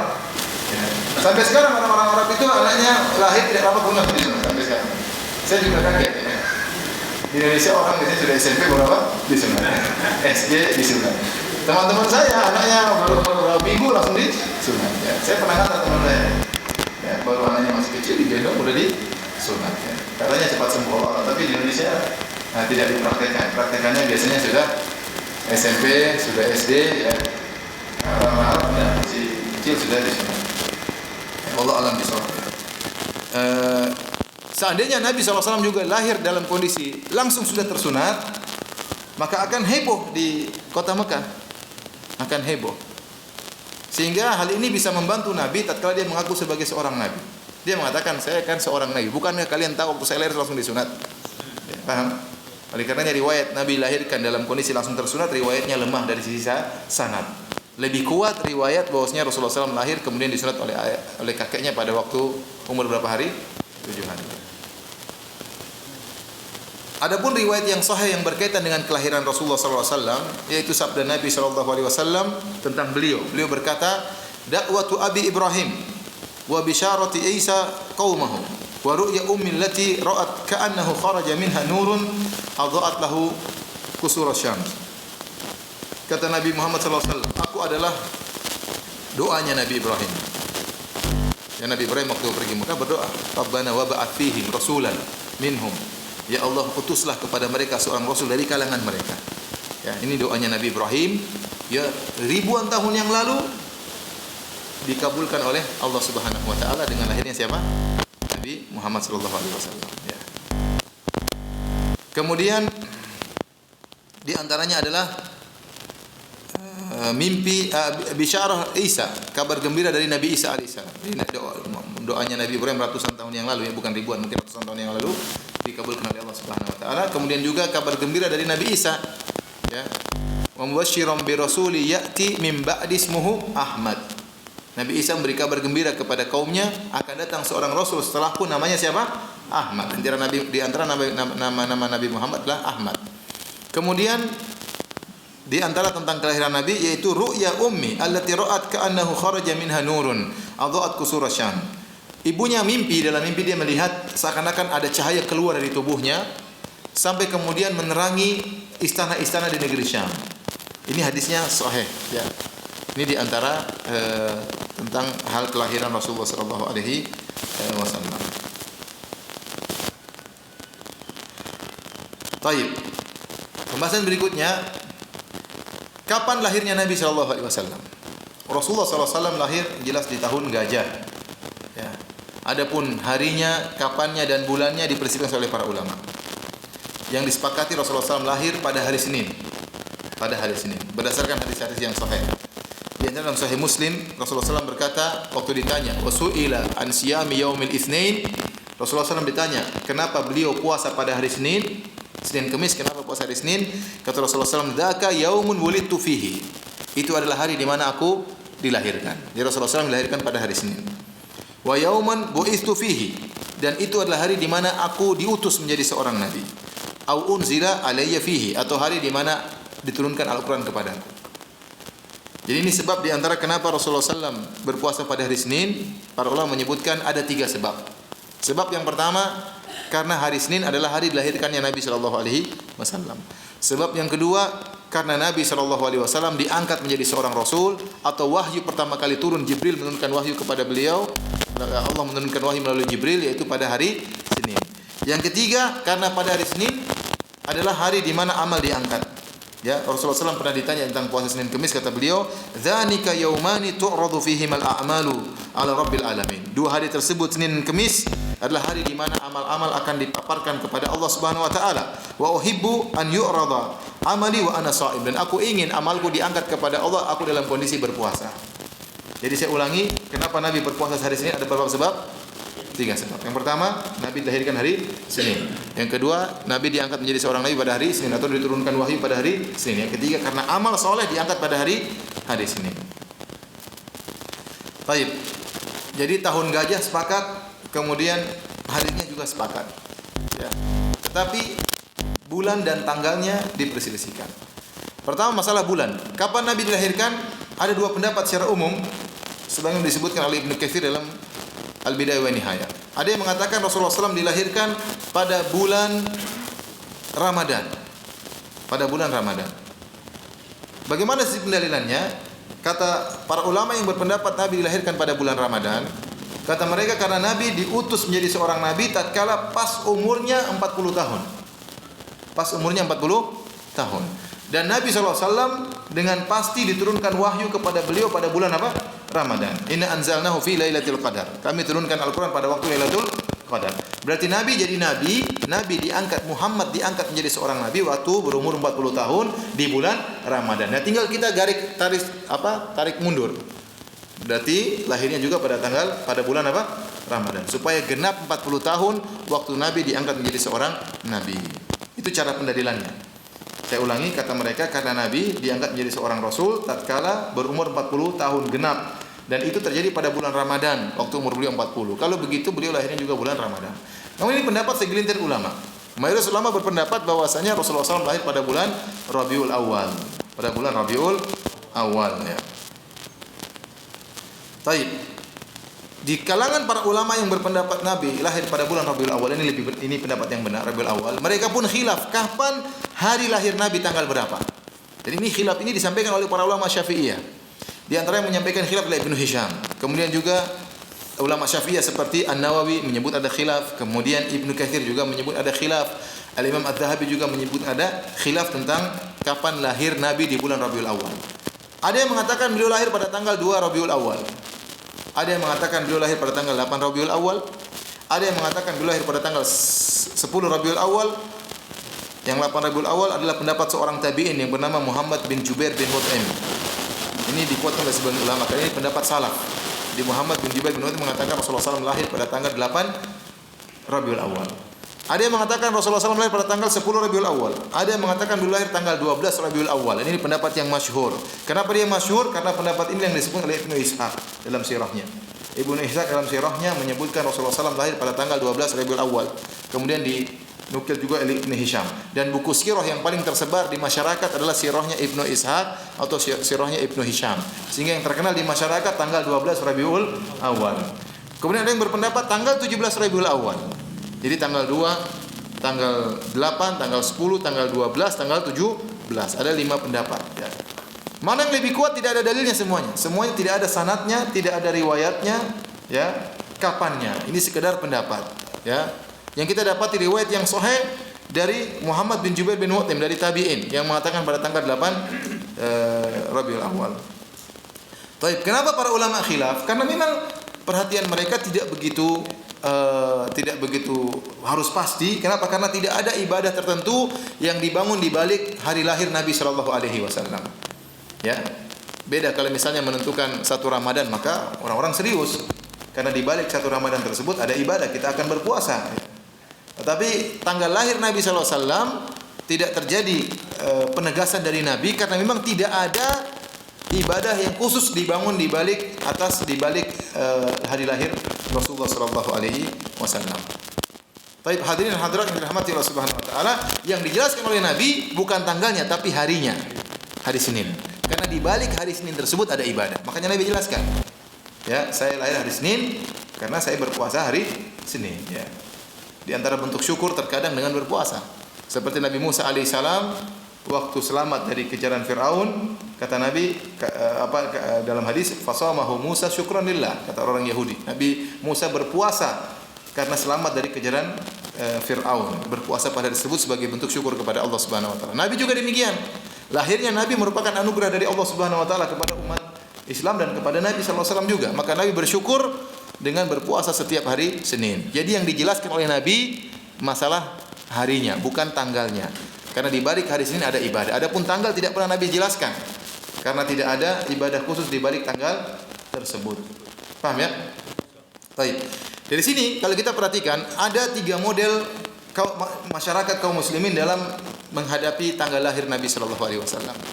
ya, tentang hari lahir Nabi sallallahu alaihi wasallam. Terserah mereka menganggap lahirnya tanggal 2 atau tanggal 8, ada tanggal 12 atau tanggal 17 ya. Sebagian mereka saya tidak peduli kapan lahirnya, enggak jadi masalah bagi saya ya. Pokoknya saya harus merayakan hari lahir Nabi kapan ya, terserah mau tanggal berapa saja ya. Pokoknya Rabiul Awal ya. Ada yang mengatakan kita harus tiap bulan maulidan. Ada yang mengatakan kalau kita tiap hari maulidan ya. Ya, taib. Intinya ada 3 sikap secara umum. Sikap yang pertama, yang bersyukur dengan lahirnya Nabi sallallahu alaihi wasallam dengan menjalankan sunnah sehingga setiap hari Senin berpuasa. Inilah cara bersyukur dengan nikmat Maulid Nabi yang sunnah. Jadi kita harus bermaulid tiap Senin. Ya, ini sunnahnya apa? Berpuasa setiap apa? Senin. Jadi kalau Anda puasa setiap Senin, berarti Anda telah bermaulid setiap apa? Setiap pekan. Ya, dan itulah yang terbaik. Itulah sunnah Nabi. Sunnah Nabi seperti itu. Caranya dengan berpuasa setiap Senin, bersyukur karena Nabi dilahirkan. Itu yang diajarkan oleh Rasulullah SAW. Ini yang pertama. Jadi yang sesuai dengan sunnah. Cara yang kedua adalah berpuasa merayakan tahunan, bukan pekanan, tapi tahunan. Setiap tanggal 12 Rabiul Awal atau yang setiap bulan Rabiul Awal mengadakan acara peringatan rasa gembira dengan hari lahirnya Nabi sallallahu alaihi wasallam. Dan ini pendapat sebagian ulama, terutama ulama Syafi'i yang mutaakhirin. Di antara para ulama yang bolehkan hal ini seperti Abu Syamah. Abu Syamah pada abad ke-7. Kemudian diikuti oleh Al-Iraqi, gurunya Ibnu Hajar, kemudian Ibnu Hajar, kemudian As-Sakhawi, ulama Syafi'i seperti Suyuti dan lain-lain. Rata-rata ulama Syafi'i, Al-Qasalani, ulama Syafi'i rata-rata ya, yang mengatakan bahwasanya boleh. Caranya bagaimana? Yaitu pada hari lahir Nabi SAW bergembira dengan membaca sirah Nabi SAW, kemudian bagi-bagi makanan kepada fakir miskin, kemudian selesai. Ya, ini dibolehkan oleh sebagian ulama Syafi'iyah dan diingkari oleh ulama yang lain. Di antara ulama yang mengingkari, yang mengatakan bahwasanya acara seperti adalah bid'ah adalah dari ulama Malikiyah terutama seperti Al-Fakihani, kemudian Ibnu Hajj, Ibnu Asy-Syatibi. Al-Fakihani pada abad ke-8, Ibnu Hajj pada abad ke-8, Asy-Syatibi juga pada abad ke-8. Karena bid'ah Maulid ini baru muncul abad ke-7. Bid'ah Maulid ini baru muncul ramai pada abad ke-7, baru tersebar. Ada yang mengatakan sejak abad ke-4, tapi rame-rame itu pada abad ke-7 terutama di Mesir. Ya, sehingga pengingkarannya pun muncul oleh ulama pada abad ke-8. Di antaranya adalah dari ulama Malikiyah, Al-Fatihani, Ibnu Hajj, kemudian Syatibi, kemudian Ibnu Taimiyah dari mazhab Hambali.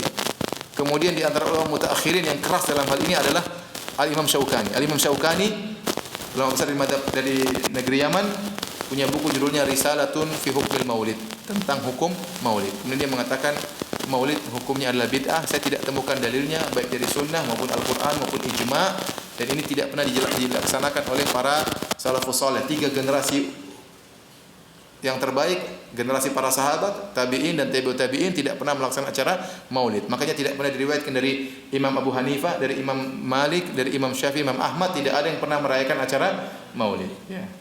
Muncul belakangan, ada yang mengatakan abad ke-4, ada yang mengatakan abad ke-7. Maka dia mengatakan saya tidak menemukan dalilnya dan ini bid'ah. Ya. Jadi untuk model kedua yaitu Maulid hanya sekedar baca sirah Nabi, kemudian makan-makan, maka ini ada 2 pendapat. Sebagian ulama Syafi'iyah seperti siapa tadi saya katakan, Abu Syamah, kemudian Ibnu Hajar, Al-Iraqi, As-Sakhawi, ya, Suyuti, mereka mengatakan boleh, sunnah, ya, dianjurkan. Sebagian ulama mengatakan tidak boleh. Yang benar tidak boleh. Yang benar apa tidak? Tidak boleh. Ya. Tapi saya ingatkan para hadirin dan hadirat yang dirahmati Allah Subhanahu wa taala, untuk Maulid model kedua ini, ya, kita boleh mengingkari, tapi kita lihat ternyata para ulama tatkala mengingkari juga tidak begitu kasar dan tidak begitu keras, selama acaranya masih seperti ini. Di antaranya Al-Imam Ibnu Taimiyah rahimahullahu taala, kalau antum baca, dia mengingkari Maulid, dia mengatakan bid'ah, tapi dia tidak begitu keras mengingkari untuk model yang kedua ini. Terlebih lagi kita dapati sebagian ulama ada yang membolehkan. Ini model yang kedua. Model yang ketiga, ini yang masalah yang sering terjadi di mana-mana. Acara Maulid dilaksanakan dengan berbagai macam kemungkaran. seperti ikhtilat, campur laki-laki perempuan, bercampur dengan musik-musik. Ini sering terjadi. Kemudian terjadi pawai, seperti saya lewati sebagian kota, subhanallah, acara maulid bikin pawai. Pawai tersebut ada pawai dibuat patung-patung hewan, patung kuda, patung kalajengking, patung apa hubungannya dengan maulid patung-patung tersebut? Apakah dengan acara tersebut menambah iman, menambah cinta kepada Nabi sallallahu alaihi wasallam? Kemudian sampai acara maulid sampai masjid, kemudian orang salat Isya tidak ada yang salat, ini kejadian. Ya. Kejadian sebagian tempat saya lihat langsung videonya bagaimana laki-laki dengan perempuan campur joget-joget acara maulid ya. Oleh karenanya Kiai Haji Hashim Asy'ari pendiri NU ya, atau salah seorang pemimpin dari NU, Hadratus Syekh Hashim Asy'ari punya buku judulnya Tambihat Al-Wajibat atau Mutahatimat ya, peringatan-peringatan penting tentang kemungkaran-kemungkaran dalam acara maulid. Kenapa di zaman dia maulid sudah dikerjakan dengan kemungkaran. Ini disebutkan di antara kemungkaran-kemungkaran tersebut adalah adanya musik-musik, adanya campur laki-laki perempuan. Itu sudah diingatkan oleh Hashim Al-Asy'ari. Maka saya katakan kalau maulid sudah dikerjakan dengan model kemungkaran begini, maka semua ulama sepakat hukumnya haram. Saya ulangi. Kalau maulid sudah bercampur laki-laki perempuan, ada musik-musikan, maka semua ulama sepakat hukumnya apa? Haram. Yang diperselisihkan, yang disebutkan tadi. Dan Ibnu Hashim Asy'ari mengatakan maulid yang benar yang begini, yang disebut oleh para ulama cuma memberi makan kepada fakir miskin, membaca sirah Nabi kemudian buyar. Itu yang dibolehkan oleh sebagian ulama Syafi'iyah dan diharamkan oleh ulama Malikiyah seperti Ibnul Hajj, Al-Fakihani, Ibnu Taimiyah dan Syaukani. Paham? Dan yang benar tidak boleh sama sekali. Cuma saya ingin menyampaikan ini toh benar-benar terjadi khilaf, tidak bisa kita hindari.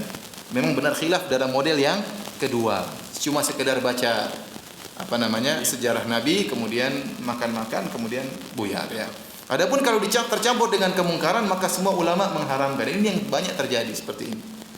Terlebih lagi kalau ada keyakinan khurafat, dan ini disebut oleh Asy-Syaukani dalam kitabnya tadi, Risalah fi Hukmil Maulid. Asy-Syaukani ulama besar, ya, dikenal oleh masyarakat Indonesia juga ya, yang punya kitab Nailul Awtar ya. Ulama Yaman ya. Dia sebutkan di antara keyakinan yang keliru dalam acara maulid, orang-orang meyakini hadirnya Nabi dalam acara tersebut. Sehingga mereka mengadakan acara berdiri menyambut kedatangan Rasulullah sallallahu alaihi wasallam. Ini tidak benar, Rasulullah SAW sudah meninggal dunia. Rohnya tidak berjalan-jalan ya. Kalau misalnya ada acara maulid langsung 10 tempat, gimana hadirnya Rasulullah SAW? Ya, dalam waktu yang sama gimana kira-kira? Ya, apa langsung terpecah menjadi 10 roh kemudian bagi-bagi atau bagaimana ya? Terus dari mana mereka tahu Rasulullah pas datang harus berdiri? Rasulullah sudah datang. Ini dari mana mereka merasakan seperti itu? Ini khurafat, ini disebutkan oleh Imam Syaukani dalam kitab, dalam risalahnya tersebut. Risalah cuma sedikit, beberapa halaman ya. Ya.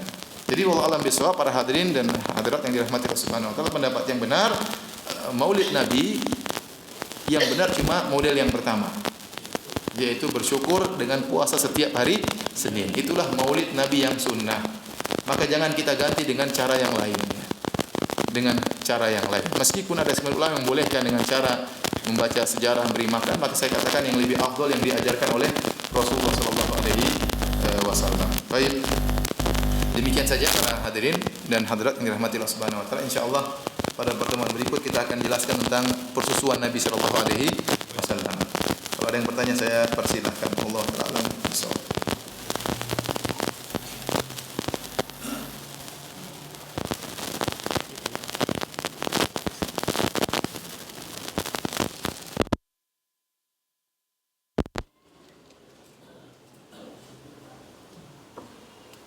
Ustaz, apakah air zam-zam yang bertahun-tahun di jerigen baik untuk diminum?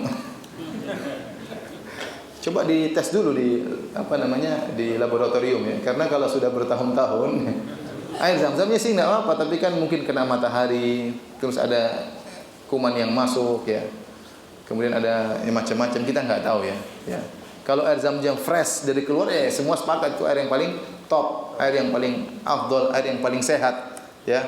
Tetapi kalau sudah bertahun-tahun di jerigen, kemudian terbuka lagi jerigennya di bawah matahari, kemudian macam-macam, ini kita nggak tahu. Mending di ya. Tapi kalau benar-benar tertutup, nggak ada gangguan sama sekali, steril, maka nggak apa-apa, nggak jadi masalah. Cuma saya nggak tahu apakah plastik itu, kalau jerigen plastik ada mengalami proses kimia atau misalnya, Allah alam bisawab.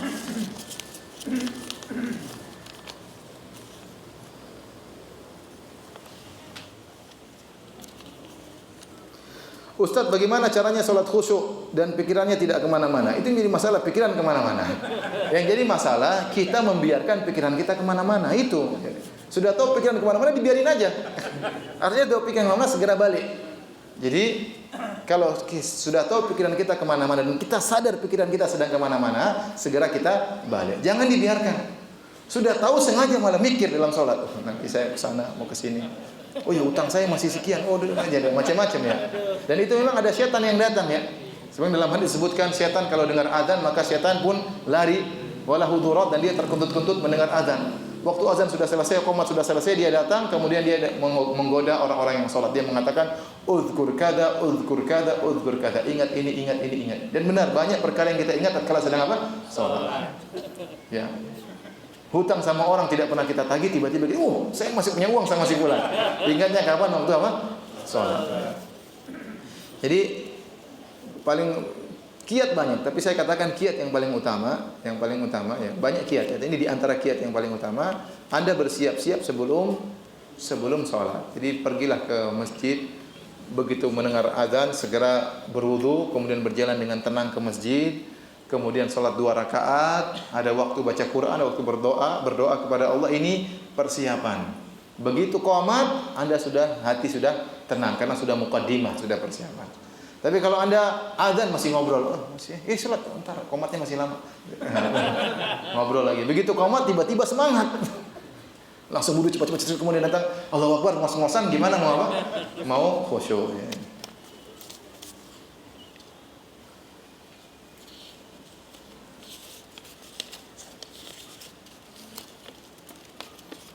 Ada yang berpendapat Allah itu ada di mana-mana dengan dalil Al-Baqarah. Apabila hamba bertanya kepada aku tentang aku, katakan aku dekat. Ya, ini dalil yang ngawur ya. Allah di mana-mana tidak logis, di mana-mana terus mau di mana ya. Allah di sini sama kita ya. Allah di mana? Dalam lemari.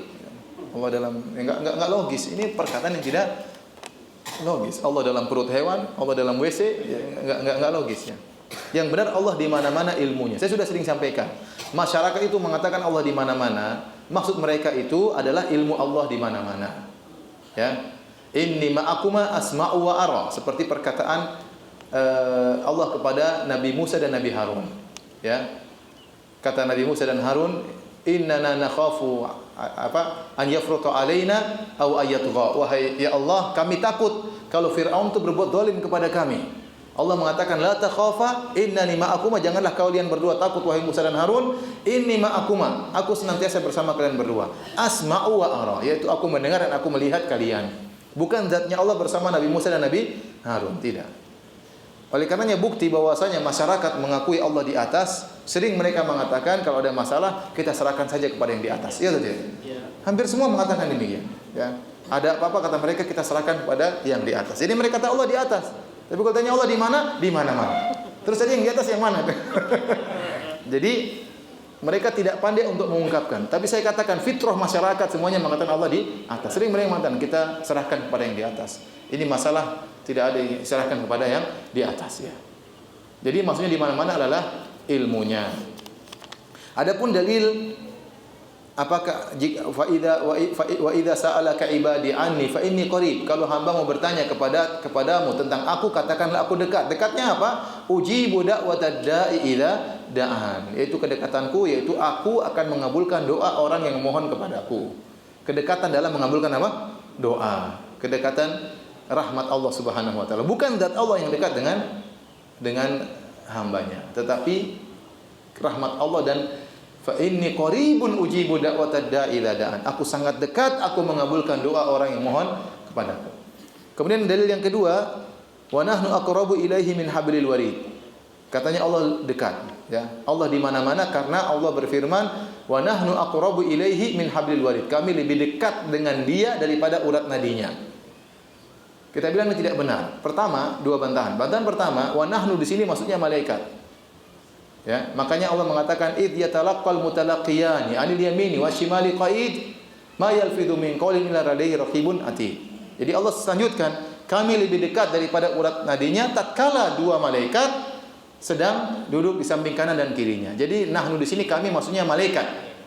bukan apa? Bukan Allah. Dan sering Allah menggunakan kalimat nahnu, kami, maksudnya apa? Malaikat. Seperti firman Allah, wa idza qara'nahu fattabi' qur'ana. Kalau kami bacakan, kami diktekan, kami talkinkan, maka bacalah wahai Muhammad. Ternyata yang mentalkin siapa? Malaikat Jibril. Tapi Allah menggunakan kalimat wa nahnu, fa idza qara'nahu, dan jika kami, padahal kami itu maksudnya apa?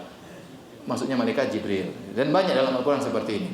Wa nahnu aqrabu ilaihi minkum walakin la tubsirun. Dalam ayat yang lain surat Al-Waqiah, kata Allah, dan kami lebih dekat kepada orang yang sedang akan meninggal dunia daripada kalian yang sedang melayat. Yang sedang melayat, ya. Kata falaula idza balagatil hulqum wa antum hina idin tanzurun. Kata Allah, tatkala nyawa sudah sampai di kerongkongan dan kalian semua dalam kondisi wa antum hina idin tanzurun, kamu sedang melihat orang tersebut. Wa nahnu aqrabu ilaihi minkum walakin la tubsirun. Dan kami lebih dekat kepada mayat tersebut, kepada orang sakit tersebut daripada kalian, tapi kalian tidak melihat. Maksudnya malaikat yang siap mencabut nyawa orang tersebut.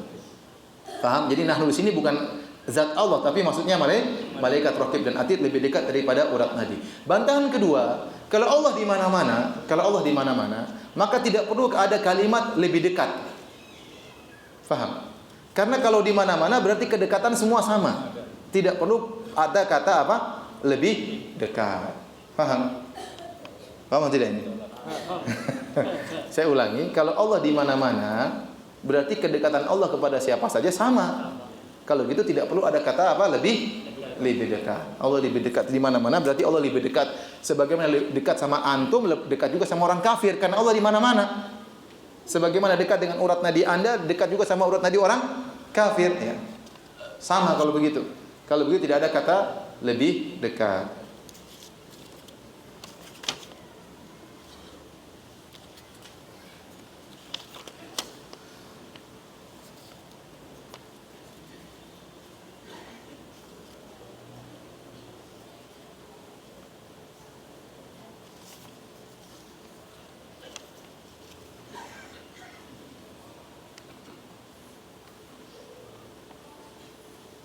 Apa makna dari Rasulullah SAW tidak memiliki bapak? Rasulullah SAW tidak memiliki ibu. Rasulullah SAW tidak memiliki kakek atau nenek karena mereka meninggal lebih dahulu saat Nabi lahir atau saat Nabi menjelang dewasa. Kalau begitu tidak ada contoh buat saya cara berbakti kepada mereka semua. Meskipun Nabi tidak memiliki bapak dan Nabi juga tidak sempat berbakti kepada ibunya karena waktu Nabi berumur 6 tahun ibunya juga apa? Meninggal, ya. Tapi kita tetap berbakti kepada ayah dan ibu kita, ya. Dengan cara yang ma'ruf, ya, dengan cara karena ayat-ayat banyak menjelaskan, hadis-hadis juga menyuruh untuk berbakti kepada ayah dan ibu, ya. Cara baktinya bebas, yang penting berbuat baik. Jadi birrul walidain, berbakti itu adalah berbuat kebaikan kepada orang tua dengan cara apapun, dengan perkataan, dengan harta, memberi pemberian, dengan sikap dan segala hal yang menyenangkan hati mereka, ya. Jadi meskipun tidak ada contoh dari Nabi, tapi Nabi menyuruh, ya, Nabi menyuruh, ya.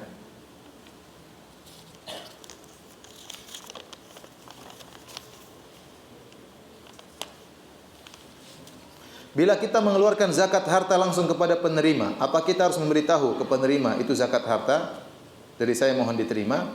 Dilihat. Kata para ulama, kalau ternyata orang yang akan menerima zakat tersebut benar-benar fakir dan miskin, kita tahu jelas atau dia minal mustahiqin, ya, innamas shadaqatu lil fuqara wal masakin wal amilina 'alaiha wal mu'allafati qulubuhum wa fir riqabi wal gharimin wa fi sabilillah wa ibnis sabil. 8. Kata Allah Subhanahu wa taala, sungguhnya zakat itu untuk apa? Untuk fakir, untuk miskin, ya. Apa bedanya fakir dengan miskin? Kalau miskin itu kata para ulama dia punya apa namanya? Penghasilannya tidak cukup untuk biaya sebulan, ya. Ya mungkin baru hari ke-25 sudah habis duitnya. Ini miskin. Kalau fakir tidak cukup setengah bulan. Baru hari ke-12 duit sudah habis, berarti fakir. Fakir lebih parah daripada apa? Miskin, ya, ya. Tapi kalau sampai hari 30 cukup, berarti dia tidak berhak menerima apa? Zakat. Berarti dia bukan miskin dan juga bukan apa? Fakir. Lil fuqara masakin wal amilin amil zakat, ya. Wal mu'allafati qulubuhum, yang baru masuk Islam atau yang hendak dilembutkan hatinya. Wa fir riqab, untuk membebaskan para budak. Wal gharimin, orang yang punya hutang. Wa fi sabilillah, orang berjihad. Wa ibnis sabil, orang yang sedang bersafar. Nah, kalau orang tersebut kita yakin masuk dari 8 golongan ini, maka tidak usah kita bilang ini harta zakat, kasih aja. Kita sudah yakin ini orang yang berhak menerima apa? Zakat. Tapi kalau ada orang ini ragu, kita ragu ini kaya atau miskin sih? Miskin, ya ini punya hutang tapi jamnya bagus ya. Ini punya hutang tapi HP-nya bagus ya. Bisa jadi HP-nya juga dikasih orang, kita nggak tahu kan. Intinya kita ragu. Kalau kita ragu, maka kita bilang ini uang zakat. Supaya dia tahu diri bahwasanya kalau dia tidak berhak menerima, dia akan apa? Nolak. Tapi kalau kita sudah tahu dia miskin, nggak usah bilang-bilang. Karena kita khawatir menyakiti hatinya. Ini uang zakat ya. Sedih dia. Ada yang sedih, ada yang tidak. Oh, saya memang berhak menerima zakat. Ada yang nyari-nyari. Saya miskin, berhak menerima zakat. Ya, kalau memang dia miskin, kita kasih. Zahirnya dia miskin. Ya, jadi tidak perlu kita juga cek 100%, tidak. Kita lihat zahirnya. Kalau zahirnya kelihatan miskin, ya udah kasih. Ya. Tidak perlu juga kita kasih tahu ini uang apa? Zakat. Kecuali kalau kita ragu ini berhak atau tidak, maka perlu kita kasih tahu supaya dia tahu dia berhak atau tidak.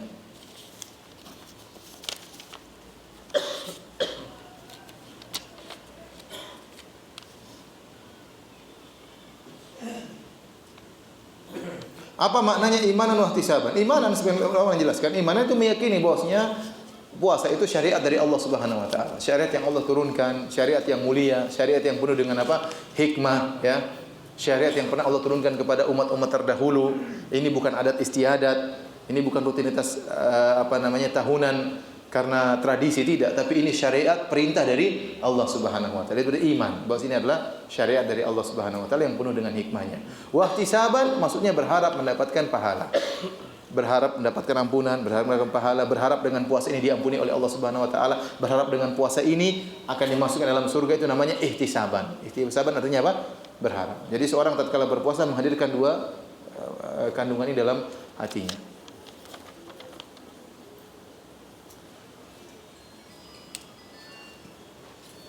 Yang dimaksud dengan i'tikaf 10 hari terakhir, duduk di masjid 24 jam. Seandainya pulang kerja baru ke masjid, apa dikatakan i'tikaf atau enggak? I'tikaf pendapat yang rajih minimal 1 siang atau 1 malam. Karena Umar bin Khattab dalam riwayat pernah bernadar, ya, nadar tu ana i'tikaf di Masjidil Haram lailatan. Saya bernadar waktu zaman jahiliyah untuk beriktikaf 1 malam atau 1 siang. Maka Rasulullah SAW mengatakan, "Aufi binadrik, jalankan nadarmu." Kata perawi dalil bahwasanya i'tikaf itu boleh 1 siang, boleh 1 malam. 1 siang maksudnya apa? Maksud masuk sebelum azan subuh, keluar setelah azan maghrib. Atau 1 malam masuk sebelum azan maghrib, keluar setelah azan subuh. Jadi barang siapa yang kerja siang hari, dia tidak bisa tinggalkan kerjaannya, maka dia boleh niat i'tikaf, dia masuk sebelum azan maghrib, kemudian dia keluar setelah azan subuh, maka i'tikafnya sah. Ustaz, saya enggak bisa juga Ustaz, karena saya pergi ke kantor sebelum subuh, pulang sudah jam 8 malam. Gimana saya? Sudah, ente enggak i'tikaf, ente ke masjid, berniat ibadah, dan ente duduk di masjid dapat pahala, tetapi tidak dinamakan istilah i'tikaf. Tapi keberadaan Anda di masjid, duduk di masjid tetap dapat pahala, tapi bukan istilahnya apa? I'tikaf.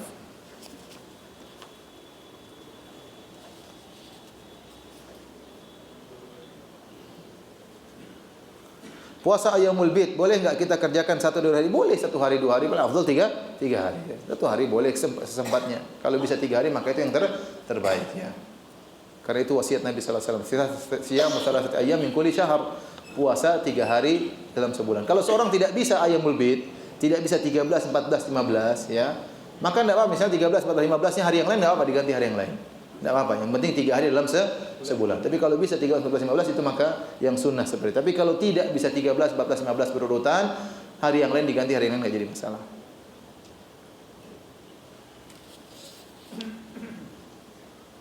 Ustaz, mana yang lebih utama bagi akhwat kurang lebih 50 tahun untuk melaksanakan salat wajib di rumah sendiri atau berjamaah di masjid? Paling afdal di rumah. Paling afdal di rumah. Ya, kata Nabi sallallahu alaihi wasallam, "Wa buyutuhunna khairun lahun." La tamna'u ima Allahi masajidallah wa buyutuhunna khairun lahum. Janganlah kalian melarang para wanita untuk salat di masjid, tetapi rumah mereka lebih baik bagi mereka ya. Tapi kalau wanita ini, akhwat ini ingin sekali-sekali mendengar bacaan imam salat maghrib isya, enggak jadi masalah ya. Tapi di rumahnya lebih apa? Lebih baik. Inilah keutamaan Islam kepada wanita.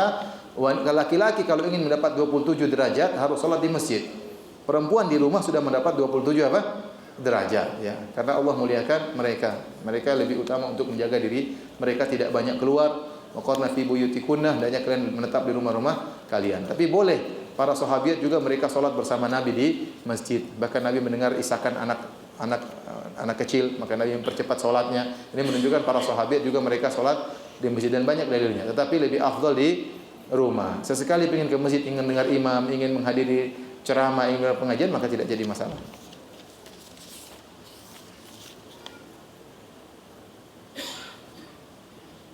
Mohon pencerahan untuk sholat tarawih 11 rakaat. Yang lebih kuat dalilnya 2 salam ataukah 4 salam 3 witir. Yang benar yang paling kuat adalah untuk sholat tarawih berjamaah maka 2 salam ya. Dalilnya dari mana? Pertama hadis Rasulullah SAW sholat 4 rakaat kemudian 3 witir. Itu hadis diriwayatkan Aisyah menjelaskan tentang sifat sholat Nabi tatkala Nabi sendirian. Yusalli arba'an. La tas'al an husnihinna wa la tulihinna. Jangan kau bertanya tentang panjangnya dan indahnya. Tsumma yusalli arba'an. Kemudian Rasulullah SAW salat lagi 4 rakaat. Jangan kau tanya tentang indahnya dan panjangnya. Kemudian salat witir. Ini Rasulullah SAW salat sendiri, tidak berjamaah, ya. Aisyah sedang menceritakan apa yang dia lihat waktu Nabi salat di rumahnya, ya. Itu pun ada tafsiran 4 rakaat ini maksudnya apa? Apakah 4 rakaat 1 salam? Karena sebenarnya ada dalil yang lain maksudnya 2 salam. Tapi setelah 4 rakaat istirahat. 4 rakaat maksudnya 1 ronde dengan 2 salam, tapi setelah itu istirahat. Paham? Ini ada tafsiran juga. Apakah 4 rakaat 1 salam atau 4 rakaat maksudnya 2 salam, 2 rakaat 1 salam, 2 rakaat 1 salam. Tapi yang jelas maksud saya ini Aisyah sedang menceritakan salatnya Nabi SAW. Dalam riwayat yang lain Rasulullah SAW pernah salat langsung 7 rakaat 1 salam. Dalam riwayat yang lain Rasulullah SAW pernah langsung salat 9 rakaat 1 salam. Pada rakaat ke-8 Rasulullah SAW tasyahud awal, rakaat ke-9 Rasulullah SAW tasyahud akhir. Jadi ternyata Aisyah menceritakan tentang sifat salat Nabi tatkala beliau di rumah berbagai macam model. Ada 2, ada 4, ada 7 1 salam, ada 9 1 salam. Nah, para ulama mengatakan ini berbeda tatkala kita salat berjamaah. Waktu ada orang tanya kepada Nabi dalam Sahih Muslim, "Ya Rasulullah, kaifa salatul lail?" Orang ini tanya, "Rasulullah, bagaimana salat malam?" Rasulullah SAW jawab yang diperlukan oleh dia. Kata Nabi, "Salatul lail masna." Sekarang Nabi menyampaikan kepada umatnya, salat malam itu 2 rakaat. Paham? Dan ini yang terbaik karena itulah anjuran Nabi kepada umatnya waktu datang pertanyaan, "Ya Rasulullah, bagaimana salat malam?" Kata Nabi 2 rakaat. Kemudian dibedakan antara tatkala salat sendiri dengan salat berjamaah. Kalau Anda salat sendiri, Anda bolehlah ikut Nabi 4-4-3 atau 9 1 kali salam, 7 rakaat 1 salam.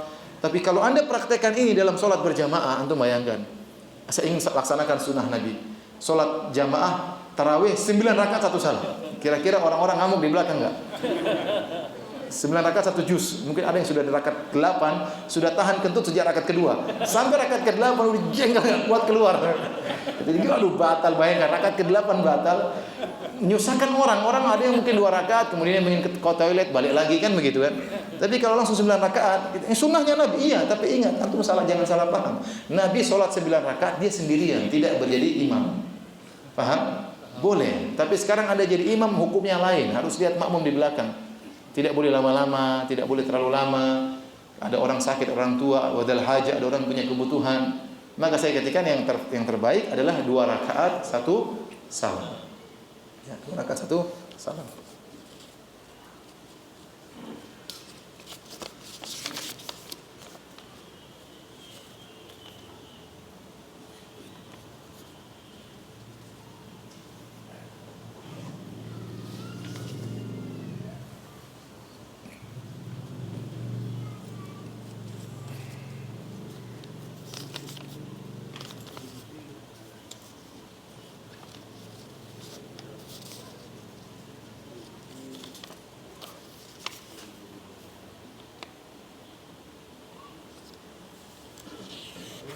Ustaz, mungkin lebih mudah dipahami apabila nasab Nabi Muhammad SAW ini dibuat dalam satu lembaran silsilahnya, karena banyak nama-nama yang susah dihafalkan.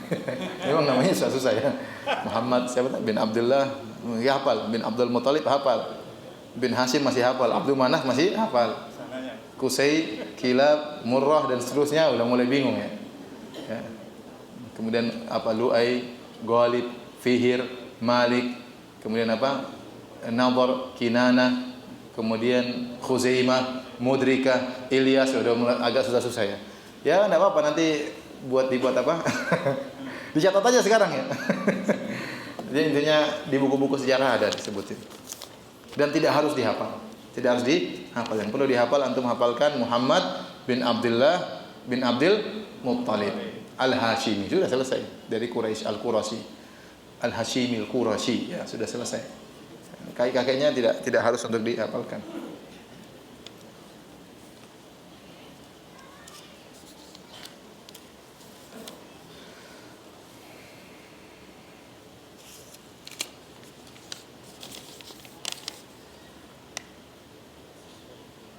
Ustaz, apakah kita harus mencintai para habib? Kalau benar setiap keturunan Nabi SAW, setiap ada orang ngaku sebagai keturunan Nabi SAW, ada orang ngaku saya keturunan Nabi SAW, maka asalnya kita benarkan, tidak boleh kita dustakan. Ya. Dia urusan dia benar atau tidak, urusan dia dengan Allah Subhanahu Wa Taala. Kecuali kita punya bukti untuk mendustakan. Ini terjadi, banyak orang ngaku sebagai habib ternyata tidak benar. Ya. Dibuktikan ternyata tidak benar. Tapi kalau kita nggak tahu buktinya, maka hukum asalnya kita benarkan. Ya, kita husnuzan dan maksudnya benar, jadi orang ngaku keturunan Nabi kita hormati. Rasulullah SAW mengatakan, "Udzakirukumullah fi ahli baiti." Aku ingatkan kalian terhadap keturunanku, terhadap ahlul bait. Ahlul bait di antaranya istri-istri Nabi dan juga keturunannya ya. Jadi kita berusaha mencintai mereka karena Rasulullah SAW, terutama yang berada di atas sunnah ya. Tetapi kalau ternyata misalnya keturunan Nabi SAW ada yang menyimpang ya, ada yang misalnya melakukan kemaksiatan atau mengajarkan kepada kesyirikan atau mengajarkan kepada kebid'ahan, maka kita benci mereka dari sisi penyimpangan tersebut. Tapi tetap kita harus ingat mereka adalah keturunan Rasulullah sallallahu alaihi wasallam. Maka saya akan kalau misalnya ada dua orang, sama-sama orang alim, sama-sama orang soleh, satunya keturunan Nabi yang suruh jadi imam. Ya. Harus kita dahulukan. Ya. Alhamdulillah banyak habaib juga di atas sunnah ya. Dan sebagian mereka ada yang Syiah, ya sebagian mereka juga ada yang menyimpang ya. Kalaupun ada yang menyimpang maka kita benci penyimpangannya, tapi tetap kita hargai mereka sebagai keturunan siapa? Rasulullah sallallahu alaihi wasallam. Dan di antara bentuk cinta kepada mereka, kalau ada penyimpangan maka kita jelaskan. Penyimpangannya. Ya. Wallahu taala alam bisawab. Demikian saja kajian kita pada kesempatan kali ini. Kurang lebihnya saya mohon maaf. Yang benar dari Allah Subhanahu wa taala, yang salah dari saya dari syaitan. Semoga Allah mengampuni dosa-dosa kita. Subhanakallah bihamdik asyhadu an la ilaha illa anta astaghfiruka wa atubu ilaik. Assalamualaikum warahmatullahi wabarakatuh.